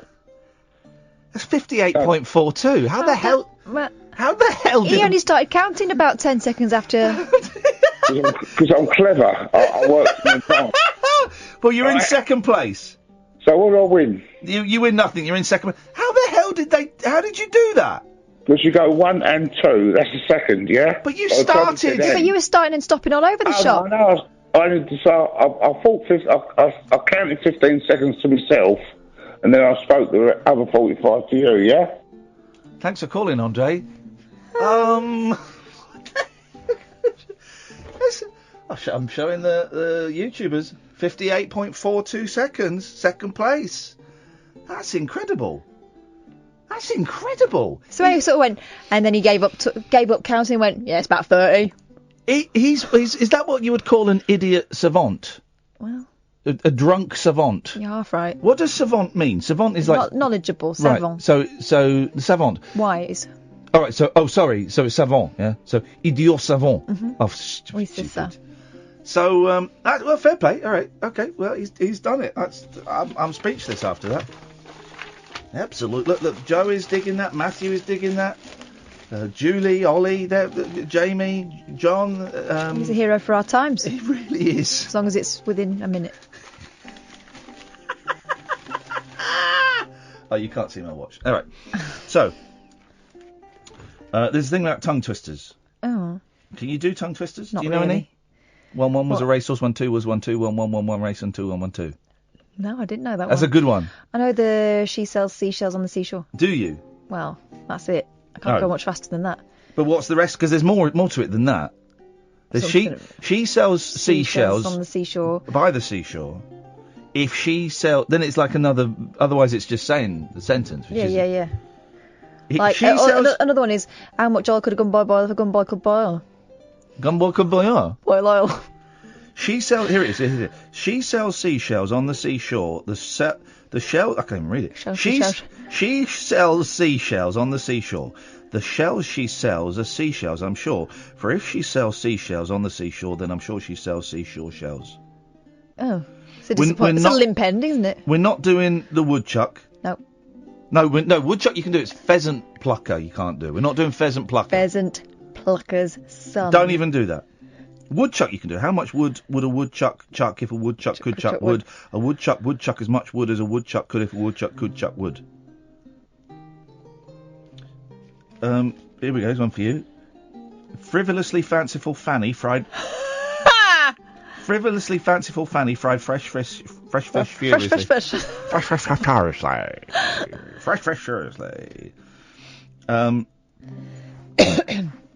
This is made up. She saw Sharif's shoes on the sofa, but was she so sure those were Sharif's shoes she saw? Sure. Omar Sharif wouldn't leave his shoes on the sofa. He's a gentleman. No. I bet if he came into your house, he would either have his own slippers or he put those little blue plastic things over the shoes if he had a foot infection or something. Omar Sharif. This isn't a tongue twister. This was a comedy act. Ken Dodd's dad's dog's dead. Oh, that you got in trouble with that. That was the joke in your house, and you ruined it when he actually died. Well, I thought it was my chance to finally just ruin the joke. So what happened? I texted my dad. Yeah. Said, Ken Dodd's dead, and he wrote back, did he? And I said yes. But no, it's supposed to say no, Doddy. Oh, your dad's. And then I did it to my auntie, and she had his sister, and she had a similar furious response, and they're both still cross about it now. Okay, it says here now, warning, don't try these ones around the kids. Ken Dodd's died. Actually, not Ken Dodd's dead. Okay, there's warning, don't try these ones around the kids. It's got pheasant plucker. I am not the pheasant plucker. I'm the pheasant plucker's mate. I'm only plucking pheasants because the pheasant plucker's late. Oh. But there's one. I don't know how this would be rude, so I'm going to hover over the dump button and I'm going to go for it. I'm going to hover over the dump button and go for it, because I can't... Hang on, I'm going to sneeze. Jesus, exciting radio, huh? That'll get us to Sony again. I can't see how this one is rude. So here's it. I'll do it slowly, then I'll try and do it fast. A smart fella, a fella smart. Oh, you know why. It takes a smart fella to say a fella smart. All right, so fart. A smart fella, a fella smart. It takes a smart fella to say a fella smart. Okay. I slit a sheet I slit. Upon this slitted sheet I sit. Well done. Someone who's probably had a shit on a sheet is Gatford. Good evening, Gatford. Hi there. My favourite is Round the Ragged Rock, the Ragged Rascal ran. Go on then, let's hear it, buddy. You have to roll those R's. Yeah. Round the Ragged Rock, the Ragged Rascal ran. Round the Ragged Rock, the Ragged Rascal ran. Round the Ragged Rock, the Ragged Rascal ran. Round the Ragged Rock, the Ragged Rascal ran. Well done. Well done, Gatford. You can say words. Well, yeah. Well, that's fairly good, isn't it? Some people And also leave long, awkward silences between those words. Both skills. I'm just building up that that tape for you where you're going to have lots of gaps. No, we don't need it built up. Come on, get to the point. Go on, chop chops. I want to go to Ogre next. Okay, well, that was the point, so go to that. Okay, thanks very much. What a dull call. Thank you, Gatford. Thank you, Gatford. Your time is appreciated. One of my favourite, one of my top 10 moderators on my YouTube channel. Ogre! Hi, Ian. Hey, man, how you doing, Ogre? I'm alright, thank you. How are you? I'm alright, actually. It looks like I'm going to get the keys to the farm, hopefully, next Tuesday. Whoop. I've booked the removal man for next Wednesday. I could be living on a farm, working my arm up a cow's bum. Why? They're beefers. Yeah. I don't understand. You've got no business up there. You got to put your hand up a cow's bum every now and then. What for? A dare. Oh. To impress the boys? I don't know. I'm not a vet. I just know I gotta do it. Work it out. Gotta go. There's someone stuck up the cow's ass. Get your hand up there and work it out. You pull it out. Anyway, Ogre, what have you got for us tonight? Hey, by the way, did you see that the technical boffins at Talk Radio, despite the fact it split our viewing figures and meant we didn't go viral, they re-uploaded your sexual deviancy video and they spelt your name correctly? Yeah, that's brilliant. Okay. It split our viewing figures just as you would have split a cat, but... Oh, stop it! He's What the one. happened to you, the other day, man, because when I tuned in, there was your colleague and an American female. American female, wanna make love to... I wasn't feeling very well. I wasn't feeling very well. So I had a night off sick, and Katherine is, until further notice, is my official deputy stand-in. So she moves round one seat, and then Katie Puckrick very kindly came in at short notice and filled the other seat. And the hour I heard was barnstorming, breathtaking radio. It was. It's good, wasn't it? They're good. Yeah. If you missed it, guys, you can watch it again on the YouTube channel. You can listen again on the Talk Radio website or download the podcast. So. Yes. Did you manage to watch the film then? What film was I supposed Coffee and Cigarettes, the one we spoke about, and then I said it was the particular scene with Iggy Pop and Tom Waits and yes. And then you promised me you was going to watch it. I promise you, and I am a man of my word, Ogre, and yes, I did watch it. Okay. And before I tell you what my favourite bit was... Go on. Why don't you tell me your favourite bit and your least favourite bit? My favourite bit from the film? Yeah. Be keen to hear that and compare it with my favourite bit and least favourite bit. Okay, favourite bit is Do you remember the two gangsters that were sitting in like a cafe, sort of like a diner, and one of them was going, Lenny, are you drinking coffee and smoking cigarettes? Yes. That's not healthy. And then, during the conversation, it was like, did I ever tell you you're like a wise... wise ass. You're a wise ass. You call him a wise ass in the movie. I tell you, you're a wise ass. You're a wise ass. He said that, didn't he? I'm a wisecracker, not a wise ass. Yeah, I'm a wisecracker, not a wise ass. He says that back. He says, I'm not a wise ass. I'm a wisecracker. And then he smokes it. It was great because it reminded me of the days when you could smoke inside coffee houses, which you can't do anymore. So I found that scene very, very powerful and very reminiscent of the 90s. It's a 90s movie, isn't it? I think it was. Yeah. I think you'll find I'm right. And I thought that scene was great. I thought it was explosive. I thought they really underplayed it very, very nicely. And I thought the music, you probably didn't notice it, but the music in the background of that scene in particular was absolutely spot on, wasn't it? You're on point tonight. I'll give you that. Thank you, man. No, it's a great film, and I appreciate the recommendation, and I recommend all of my fans watch that movie. Listen to Ogre's. Have you got anything else that I should watch for the next time you call him? What sort of films do you like?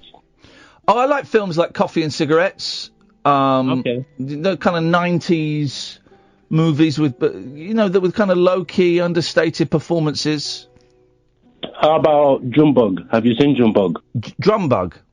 Junebug. Now, who's in that? That sounds like a great movie. I'm not very good with the name of the actresses because like most of the films I see are by well, yeah, I'm an expert at that, but we're not talking about that right now. Okay. So basically, most of the films I watch are by people that you don't really know, and you wouldn't really care too much to know about them because it's just about the film and blah blah blah. Yeah, so I don't if you see the film Junebug, it's a really, really good one. All right, when do you want me to watch it, and I'll watch it?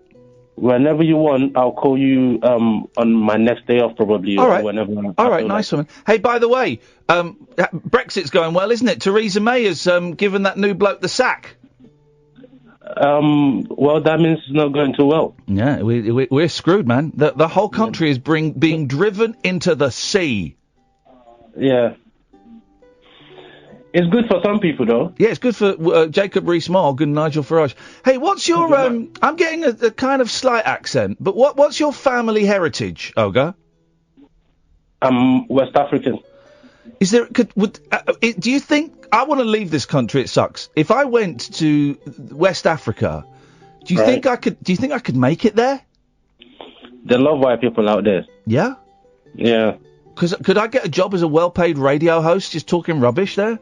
Just as a radio host, you could have a job as the director of the radio station. Whoa! West Africa, I'm coming home. I'm coming to see my people in West Africa. Okay, man. Have a nice rest of the show. Thank you, Olga. Take care. You have a rest. Actually, yes. Do you remember the girl I said I was in the process with? Yes. Yeah, she's holding on. She's holding on for sex after marriage? No, for me to get back to her because she's on the other line. Hey! You must really love her to take our call first. Yeah, man. Have a nice day. You're going to be back to have a nice 5 minutes. Good lads. Well, Olga. Listen, guys, the news is coming up with some adverts. Olga's got a perfect way of filling that time. He'll be back by about the time we finish the news. Why don't you go off as well? I'm very happy for you. 03444991000. This is Talk Radio. Across the UK, online and on DAB. Get an earful of unusual nocturnal emissions with radio's Lord of Misrule, Iain Lee. No relation, thank God. Unfiltered Night Talk with the original king of unconventional conversation. The Late Night Alternative with Iain Lee on Talk Radio.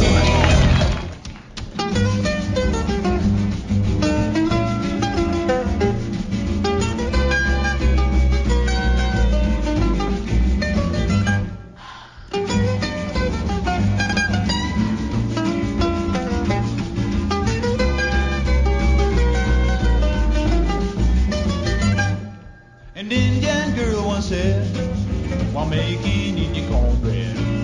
The eagle flies, take a hit and flies and go. Said cracking Big Bob was on a heavy job. He heard a noise, said, come on, boat to go. Horse was in a race, he could win show or place. He came in first from out of third to go. It's like you've seen a cop, and you don't exactly want to stop. It's a motion lotion that makes you moan to go. Keep moving with emotion that'll make you wanna go. Keep moving with emotion that'll make you wanna get in your robot and roll. A truck driver once said, I've got a sleepy head. He took a pill and had the will to go. Keep moving with emotion that'll make you wanna.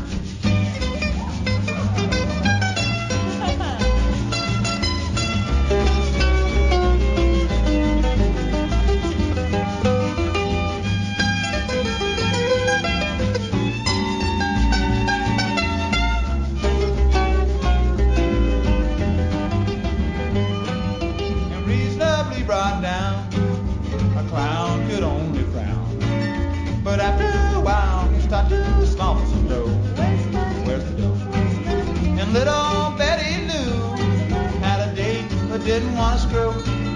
She changed her mind, once let her down. So, where's the dime? A real good friend of mine is busy doing time. He got real rank and has to bank some dough.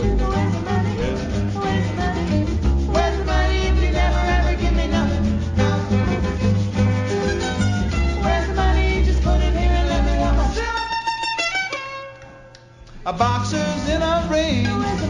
He hears that bell go ding. He wins a fight with all his pops of dough. Where's the money? Oh, that's a better recording of that. Dan Hicks and his Hot Licks, man alive. It's just so good. He wrote, he wrote 3/4 of an autobiography and then he died. And it's some book. It really is. I think I might have lent it to my sister. Joe, did I lend it to you when I came to New Zealand? Some book, you know, a troubled soul who never really got famous and spent, you know, decades boozing it up. But you know, he'd made these incredible albums that just no one bought. And then he kind of had a resurgence towards the end of his life, which is great. Like Dan Hicks and his Hot Licks. I don't like Hermes. Oh, why? Parcel firm Hermes. There are some really lousy parcel delivery. Because now, like, anyone, when it was like the post office and Royal Mail, right, and Parcel Force, which is Royal Mail, isn't it? It was like you knew what you're getting. You knew you were going to get your parcel. It was going to come, and if you weren't there, you get a red card through your door, and you'd have to go and collect it. You knew it, and that was it, and everyone was happy with that, and you were cool. And now there's Hermes, and there's Yodel, and there's at Christmas there's just like blokes and kids in vans. It's like blokes, mums and kids in vans delivering my Amazon stuff. Or sometimes just in cars. Yeah, exactly. Cars. Mum and a kid delivering my parcels at Christmas. You're joking, right? And a lot of Yodel famously. There was a run of stories about Yodel about 6 months ago. They just lobbed him over the fence. Didn't they push? Wasn't there one? I'm pretty sure it was Yodel, but it could have been another one. Well, they pushed it through a window, and it fell in a toilet, and it was like a phone or a watch or something, and it was ruined, man. And they're always Yodel. They were the one though. They were just chucking it over a fence. It was a few years ago, wasn't it? And there was like a run of stories about them. I had this shows how long ago it happened. Someone nicked a pushchair that was supposed to be delivered. So I kicked off about it. I finally, and they said it's been delivered. We've got a signature. Signed for. I said, do you want to see my signature before you tell me it's my signature? I can show you on my passport. It took me ages to get the company to take it seriously. And then, guess what happened? Someone turned up with my pushchair. Who had it then? Delivery guy. What? But then, felt guilty? Didn't have the baby? Well, no. What had been happening, and we kind of deduced, and it had been in our area in particular, because, I was working at 3 counties, and, on the next desk was the consumer show. Oh, yeah. there'd been a run of people having things like pushchairs and things for babies go missing, obviously. Are you saying it was baby thieves? Thieves? Babies were stealing... No, these things were going missing, and someone... Stolen by babies? No. I'm confused. The delivery driver was keeping them back and flogging them cheap. The delivery driver was a baby? How can they reach the pedals? What is going on, Katherine? If you're accusing babies of crimes, you better have some tough evidence. Explain what happened. So a baby, We had baby stole the pushchair. Outrageous. Send them back. Send them back whence they came. No thanks. Parcel firm Hermes, and just to clarify, I've not read the story yet, but I don't think babies are involved in this. So it's not all babies are. Well, we don't know that.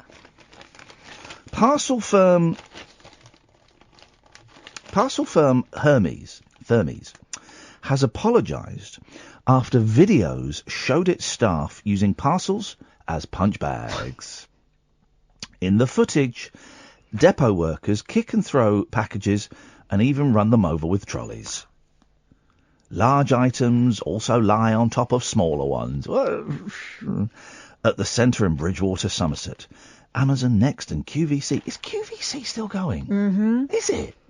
That used to be the thing in the 90s when we got like On Digital. Remember On Digital, like free thing. You stay up late, you get stoned, and you just watch QVC at like 3 in the morning. A friend of mine did quite well. She moved from the radio to QVC. She ended up cleaning up a bit. Oh, well, I think Paul Ross has done QVC. Listen, if they offered me a gig, I certainly wouldn't turn it down. I don't know if I could do it, because there's a skill to be able to, talk about that stuff in detail for as long as you have to. And I could do that. What I don't think I could turn off is the wink to camera. I couldn't do it. When I go and, I'm doing some competitions tomorrow on Loose Women. There'll be 45 seconds each. My tongue will be firmly in my cheek and I'll be winking at the camera, if not literally, then metaphorically, right? Because I can't do genuine. Even though when I'm being genuine, I can't do it. So that would be my problem on QVC or these other home shopping channels. I would just sound sarcastic. I love watching them though, because like you say, it is a skill, and I particularly like it when they do the jewellery section, and they always have a tiny measuring ruler for the earrings, so you can just see the measuring ruler. Measuring ruler, yeah. Wow. Do you remember when I nearly said Huey Lewis? I meant Louis Theroux. Do you remember Huey Lewis has gone deaf?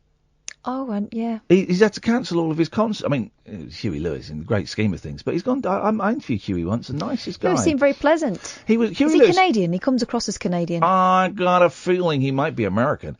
I interviewed Huey Lewis, right? Such a nice guy. And I told my friend Simon, and he said, "Oh, God. Well, my mate, I can't remember their name, they're getting married, and their first dance is Huey Lewis. They love, without any irony, they love Huey Lewis." I said, "All right, well, why don't you come down to the interview and let's see if we can get him to sign a card. Let's just check out the vibe, right?" And the vibe was awesome. It was a lovely interview, joking and laughing. And at the end, I said, "Huey, look, this is my mate Simon, and his friends are getting married, and without any irony, their first dance is you. Would you mind just signing a wedding card for them?" He went, "Oh, yeah, sure." He said, "I tell you what, you've got the camera set up. Why don't I film a little something for them?" Oh, good man. We're like, whoa. And he said, so he sat there, he went, "Hi, I'm Huey Lewis. I heard you just got married. I want to say thank you so much for choosing in fact, here it is. Here's your song," whatever song it was.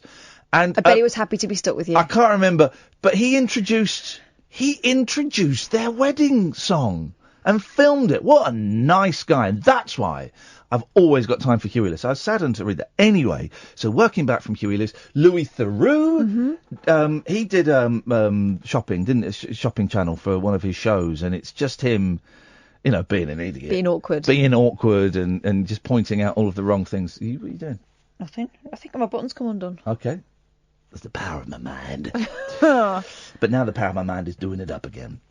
So QVC are among well-known brands that use Hermes. One former employee who worked at the West Country branch for 15 months said, "The same level of contempt is shown for parcels every day.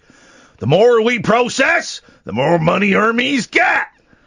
Orders would come in from Hermes' main distribution centre in Rugby Walks, with 20 members of sorting staff expected to process 30,000 parcels every single day.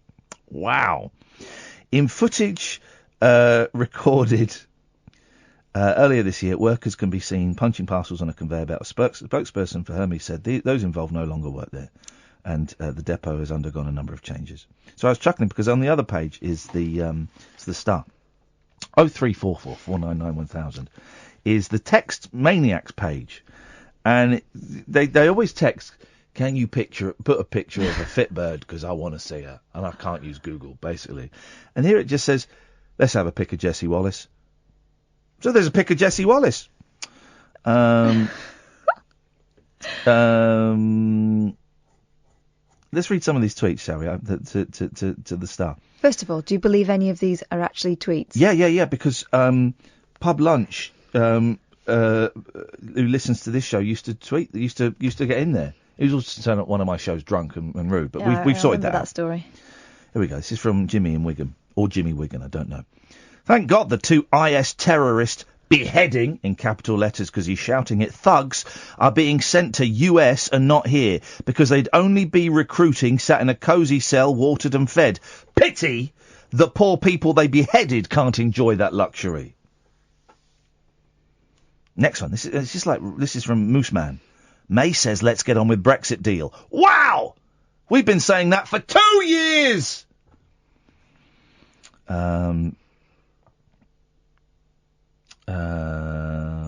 If you Remainers, this is Alan in Teesdale, if you Remainers think we will believe all the doom and gloom fairy tales you are telling us, then that makes you as stupid as you obviously think we are. All right, Alan, how's it going so far, mate? You know that they're stockpiling food. Have you read this?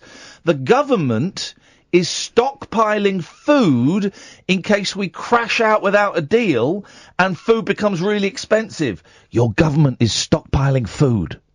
How's Brexit going for you guys? It lets you know that Brexit is a disaster when ex-PM John Major is warning that it's a disaster waiting to happen. I don't understand that. Tony the window cleaner in Worksop. My mate once made love for 1 hour 10 minutes, but it was the night we put the clocks forward 1 hour. Gosh. Tat says someone stole a pair of the Mrs. knickers off the washing line. Not bothered about the pants, but can we have the 36 pegs back, please?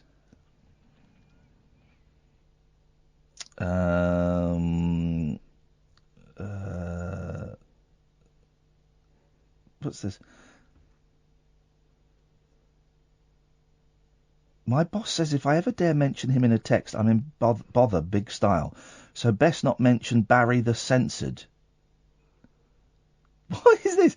Here we go. I mean, none of this makes any sense. Hey, let's try and get one in the Star this week.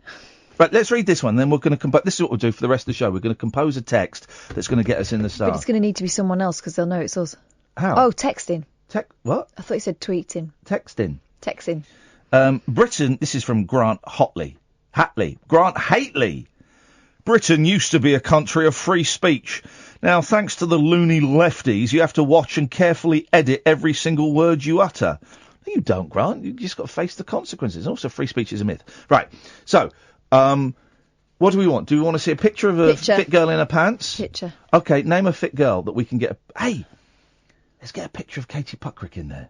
Yes. Let's do it. Right. So, you've got a text D star. Hang on. Yeah, let's get Puckrick in there. Right, what's the number?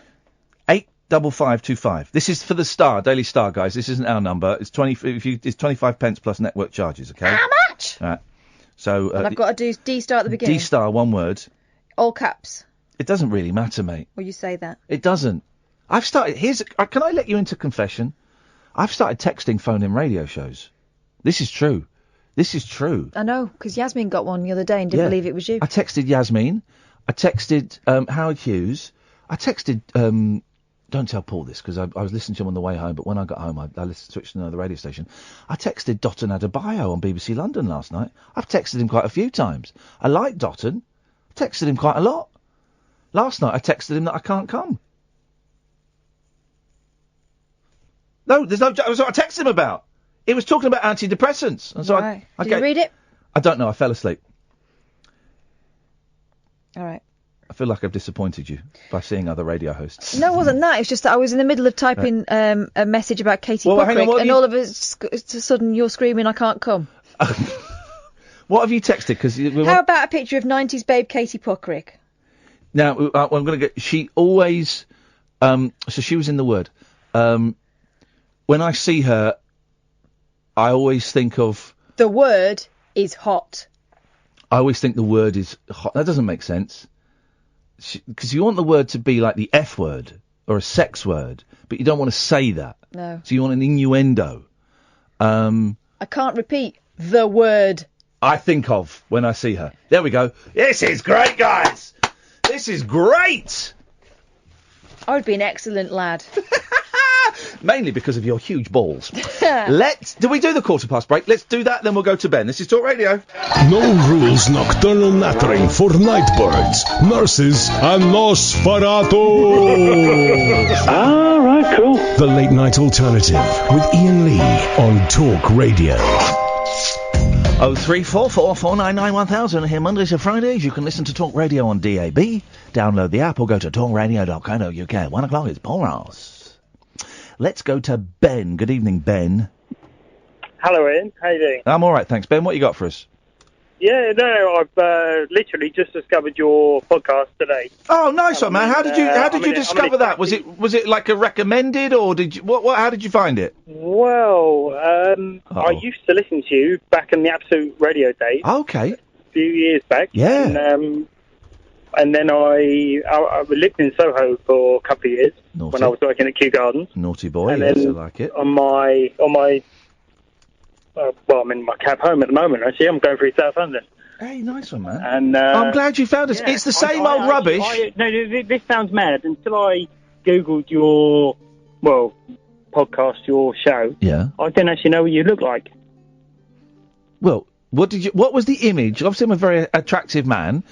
Well, no. When I googled it, there was a show of yours that from Absolute, but you have no beard. Yeah. And you look about 10 years younger than you do in your Talk Radio. Right. Well, okay. Do you know what? I'm going to take that. You win some, you lose most. No, shut your face, Ian. It was about 7 years ago, so 10 years isn't so bad. Yeah. I do look. One of the tricks of having a beard is when you shave it off, you look younger. So I've got that trick up my sleeve when I do get old. Yeah. But this is the same old rubbish as Absolute. We just don't play Fleetwood Mac quite as much. And also, because occasionally I've listened live, Here but we you go. don't have as much Here we go. Alex Lowe on from the old days. Well, you know, he's doing his old. He's busy off. We have him. I don't know who Alex Lowe is, but we have Barry from Rockford phoning in from time to time. Oh, do you? Oh, sorry. Andre's rediscovered us. Vinny calls in once every 3 or 4 months. But we've got a whole heap of new losers and junkies calling in. So I would say that this show is even better, Ben. Hello. You know, so I can hear. And also, I want to say your show is. It's not going to sound offensive, but it is the community pub of the radio. There we go. No, I'll have that. Yeah, we call it a You drop-in know why? centre. Because I actually have lived in Soho pub for a couple of years. Yeah. But you've got your regulars Yeah. that come in, There we go. and for you, you're the angry barman on occasion, but you love them. They're still your locals. I don't love And any of these. without them calling in, Yeah. you wouldn't have what you've got. We'd have a good show. It is. Yeah, We'd have a good show without those losers calling in, Ben. We'd have a decent chance at making something. No, it is a good show, you know. I don't tune in on occasion. So, hang on, did you say, you're saying you lived in Soho? Yeah, and so funny story, right? So I worked at Kew Gardens. I did a degree course in botanical science. Yeah. I got to live there for my first year. Wow! You lived in Kew Gardens? Yeah, I got to live on site for my first year. Mate, that's incredible. And then a friend of mine who got to know over there, he had a pub called the Express Tavern next to Kew Garden, or Kew Bridge Station. Kew Bridge Station? No. Do you know? I know Kew Bridge Station. Anyway, yes. he was an old Cockney gangster. Uh-oh. Long story. I'm from South London. Got to know him. Needed somewhere to stay. Let me live in his pub in Twickenham for 6 months. I'm off and to then he Twickenham sold it. straight after the show tonight. And then And then when he sold the pub in Twickenham, he said, Ben, I'm really sorry I'm selling it. Would you like to move up to the Lyric? Do you know the Lyric in Great Moore Street? Yeah.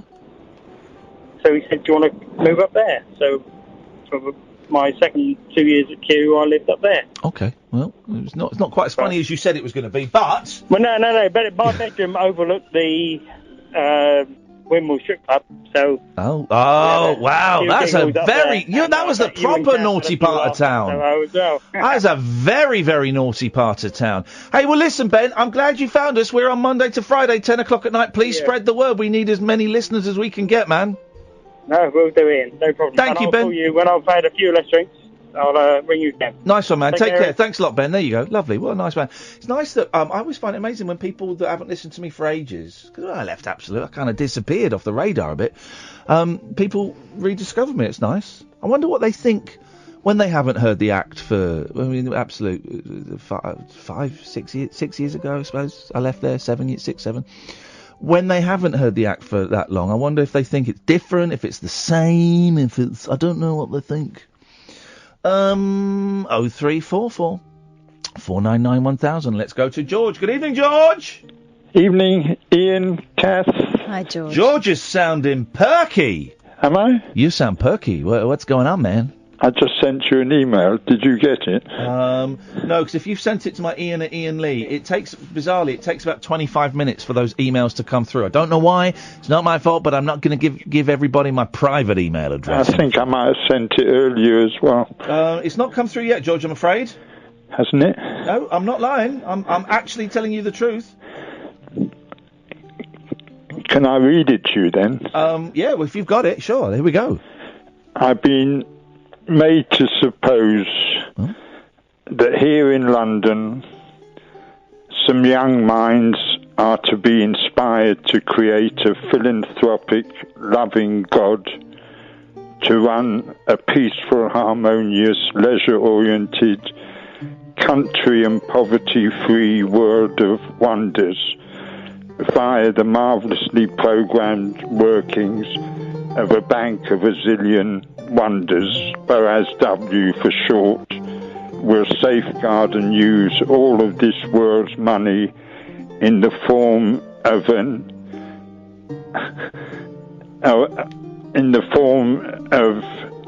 an electronic currency called the Wonder to guarantee that nobody anywhere can be money poor and everybody everywhere can become money rich.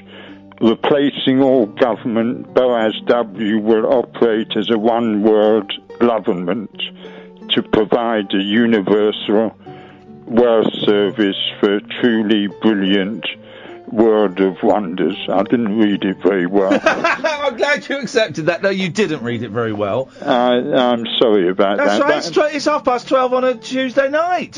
Sorry? It's 12:30 on a Tuesday night. Yes, what does that mean? It means it's late. Yeah, but I'm really happy with what I put into this email, and I just think it's a wonderful thing to imagine.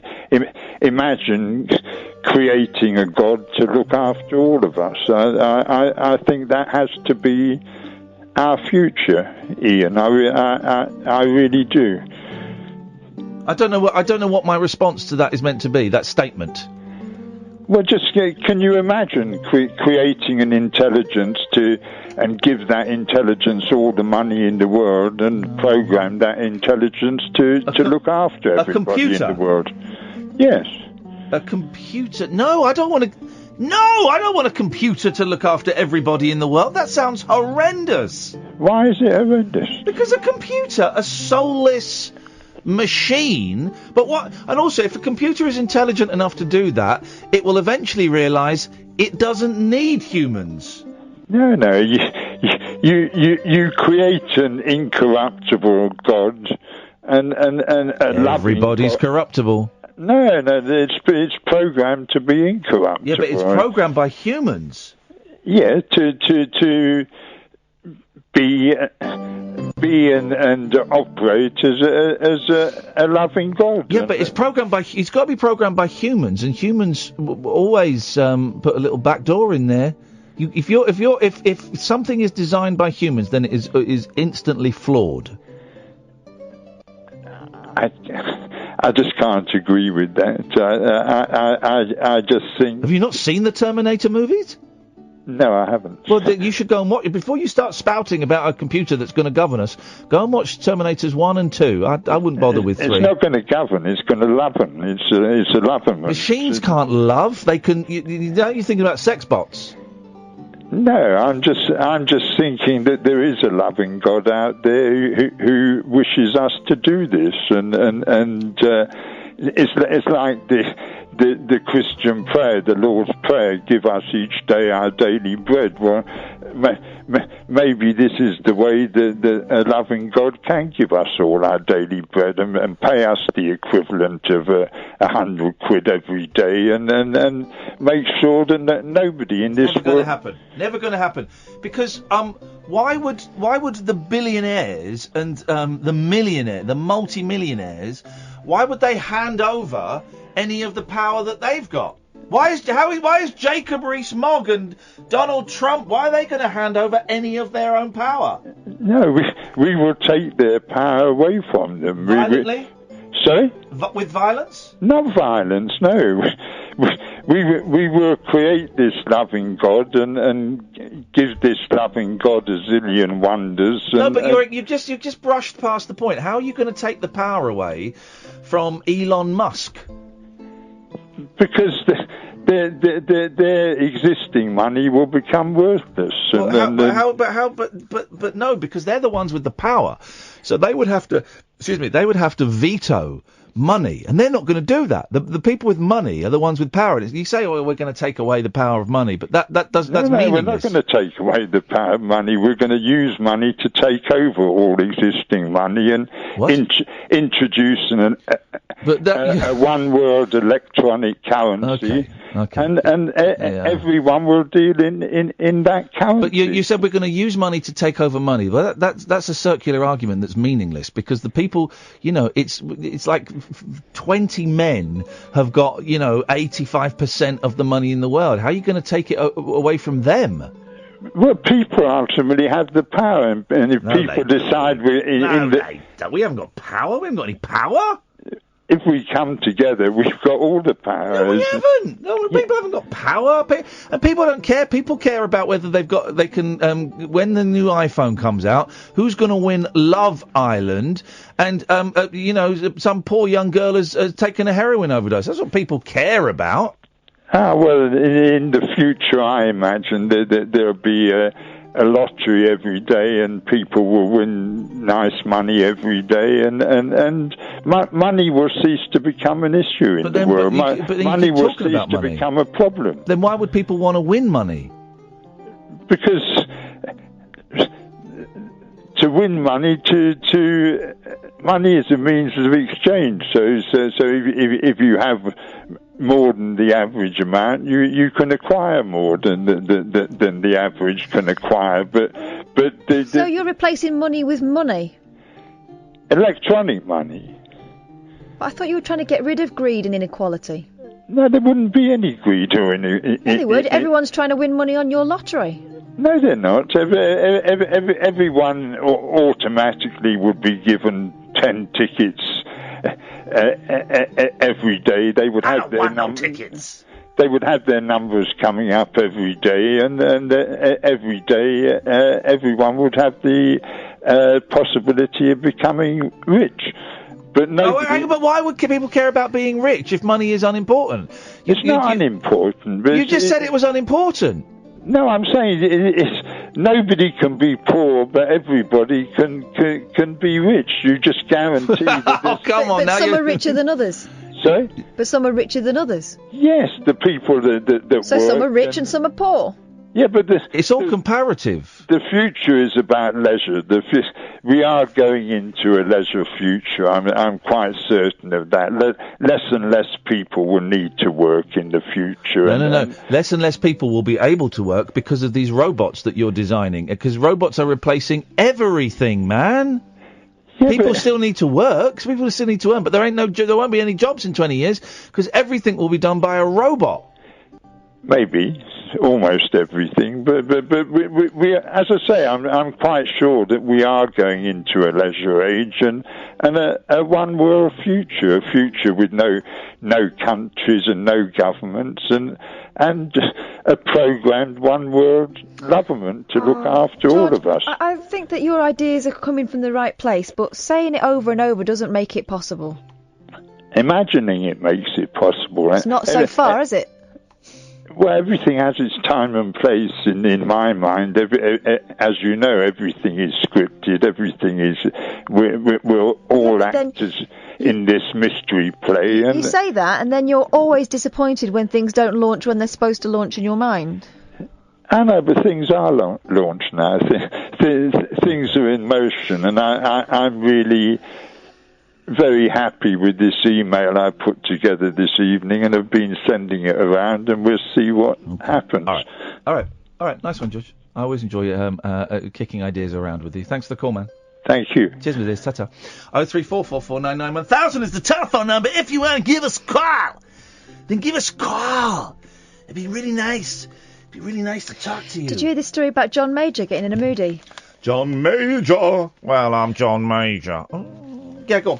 Well, I mean, we found out about the Edwina Currie thing, Yeah. And that was a surprise, wasn't it? Well, she Because was a very sexy lady. She was, but when he was in power, you remember, the big thing was he was boring. It turns out he was up to more than we know. Edwina, would you go down on me, please? Oh, stop it!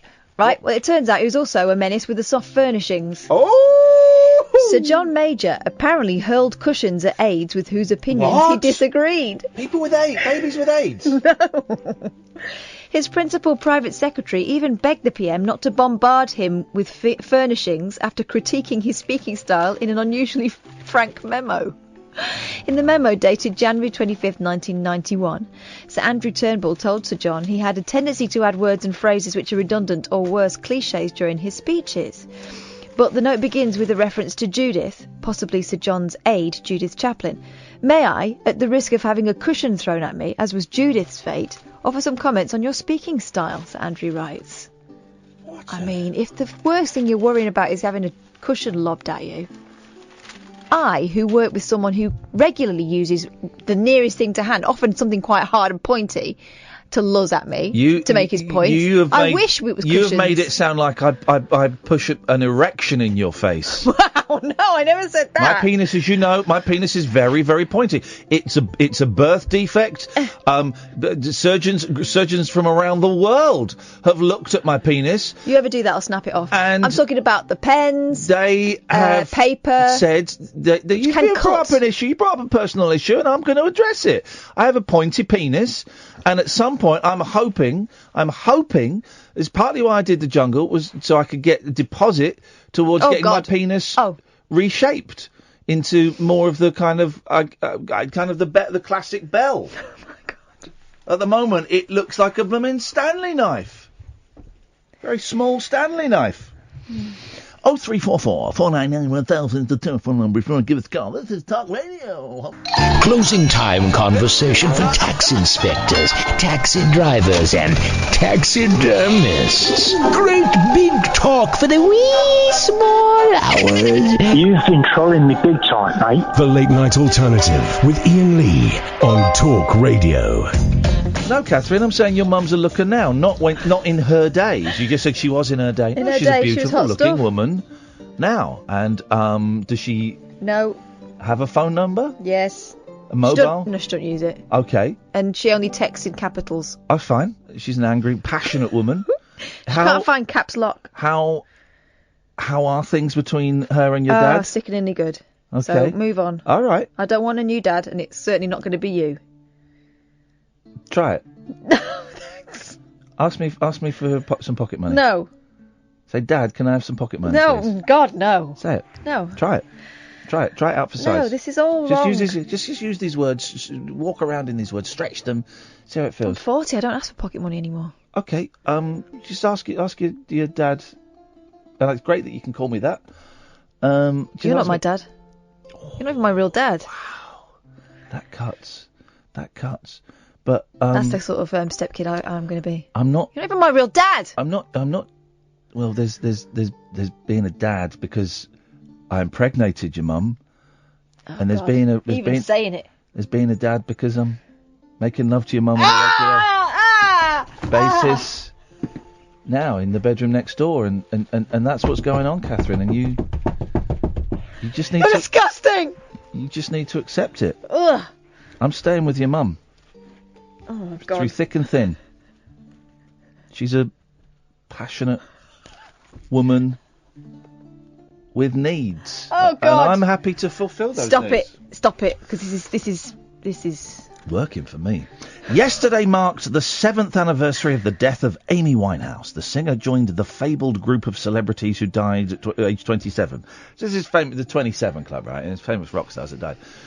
But I wonder if there are as many famous rock stars that died at 29 or 33.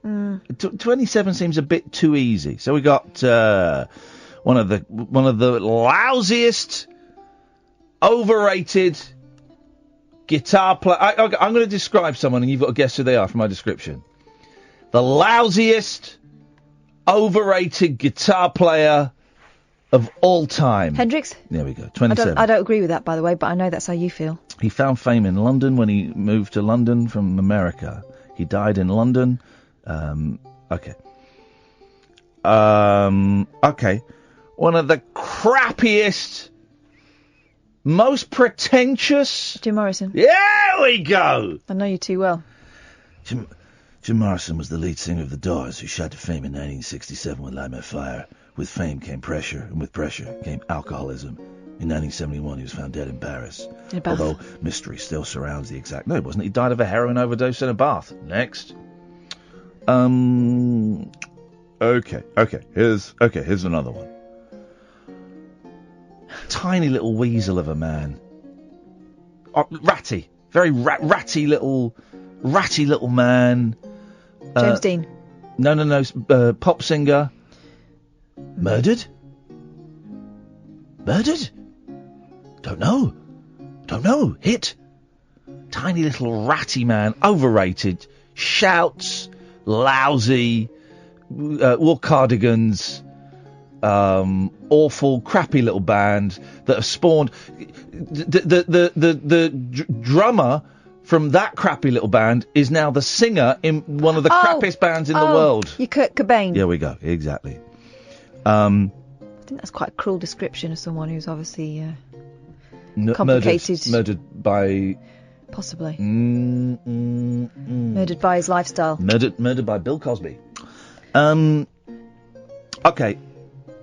Terrible musician, overrated, was the founding member of one of the crappiest, lousiest, most overrated, bloated rock bands. Where were you on the day these people died? Because you seem to have a grudge against all of them. The music stopped, have you noticed? The founding member... there we go. The founding member of one of the most rubbish bands of all time. Their lead singer In Excess. Their lead singer... Michael Hutchence. ...is a sexual deviant. Oh. The lead singer is still alive, and he's a sexual deviant. And he has got kids scattered all over the world. The singer puts his seed...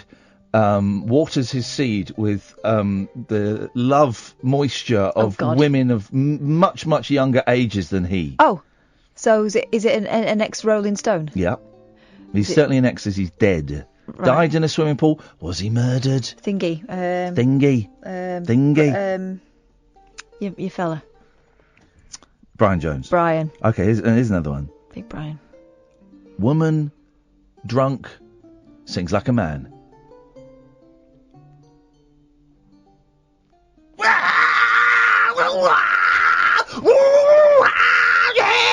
Oh, Janis Joplin. Oh, Lord! That one. Yeah. Won't you buy me? And that's it. And then they list some people that I've never heard of. Who's Mia Zapata? Don't know. 0344. Phone calls have dried up. You scumbags. You're terrifying them with your... You goddamn scumbags. I had to come down there and pick that phone up and shove it right up your There we ass. go. That's why. I'm going to get... If you don't phone me up now, I'm going to take calls straight to Why don't we SN. do Don't you touch that We should do switchboard. ASMR on them. I'm going to get the phone. I'm doing it. I'm going to get that phone and shove it down your throat. No. The phone's going to go down your throat whether you like it or not. And I'm going to push your sofa down. It's going to come out of your ass or your Wow. pee-pee hole. It's doing the De Niro face. Let's do some ASMR. Okay.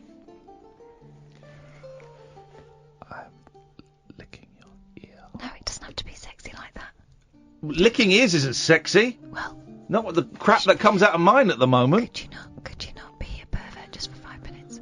Okay. Because we've already spoken about your penis and you've threatened people with shoving things up their jacksies. Well, what else is ASMR if it's not sexually based? Well... Oh, that's horrible.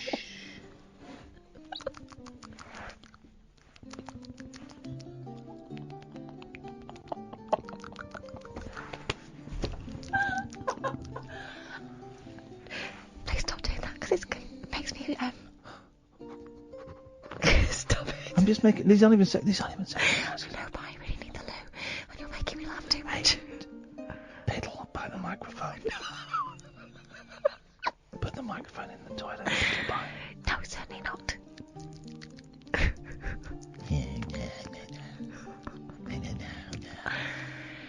You're listening to Iain and Kath's ASMR channel. Don't forget to click like and subscribe.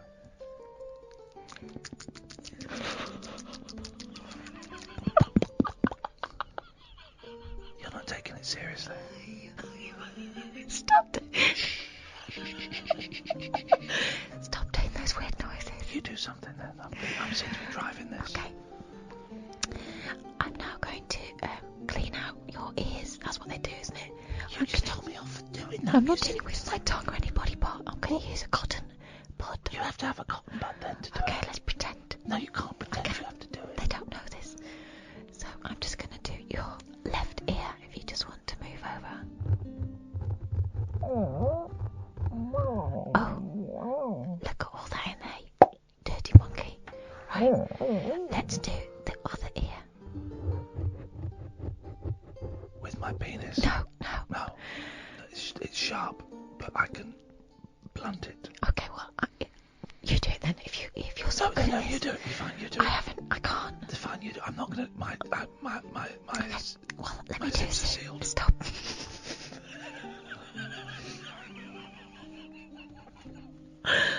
Okay, so your ears are nice and clean now. By the way, this is Matthew. Can we edit this bit and put it up on YouTube on its own? we will get F loads of hits on this. This is it. And if you're listening to this, you can donate money to me. No, you can't donate money to I'm gonna rub my arm. Do it slower than that. You're doing it too frenzied. Oh, he's rubbing lotion into his arm.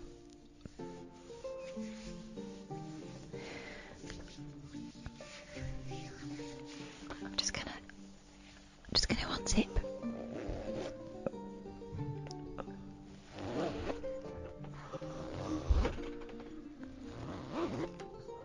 I'm gonna sniff.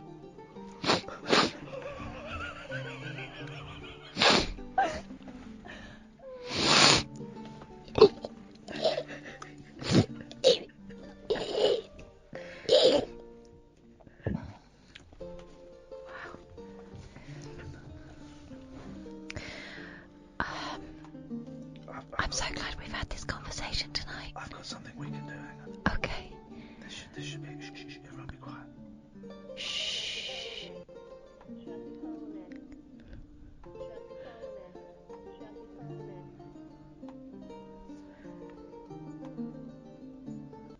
Shag a pony.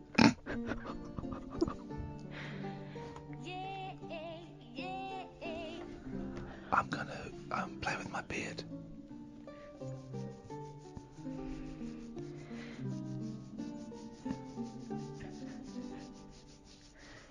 scratched my genitals.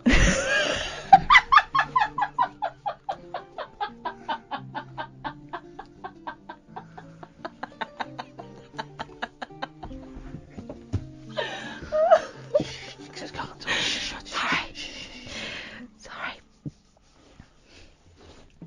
I'm going to click my knuckles. Okay.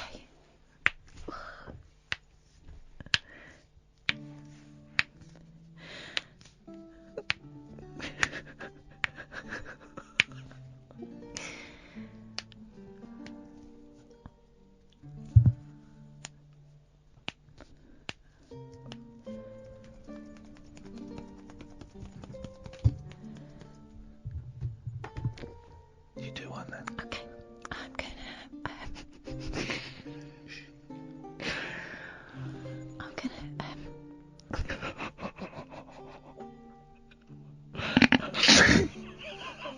I don't think you're taking this seriously. Stop! Don't break the mood.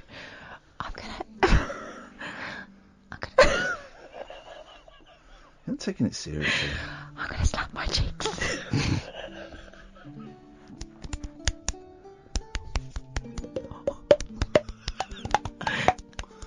I'm going to play my teeth.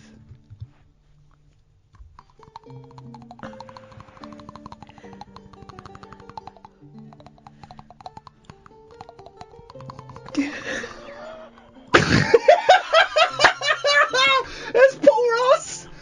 Suddenly I feel a bit stupid. Let's get him to come in and do one. This is the Paul. This is the future. This is the thing. You've heard these ASMR. Shh, whisper.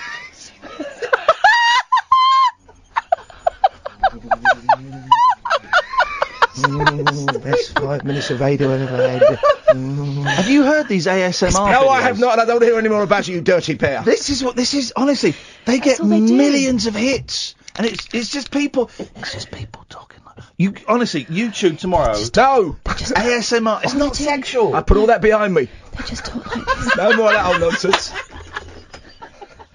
Mind you, there'll be people listening who, the next time you're on holiday, would like Kath and Katie to go for a bit of that, I'm sure. Yeah. 3 hours. Honestly, we looked into this. What does it stand for? What was it? That's a good question. Sensory, but it's huge. Honestly, there are people that make a fortune out of it, and it's not supposed to be sexual, but I think a lot of it's for perverts.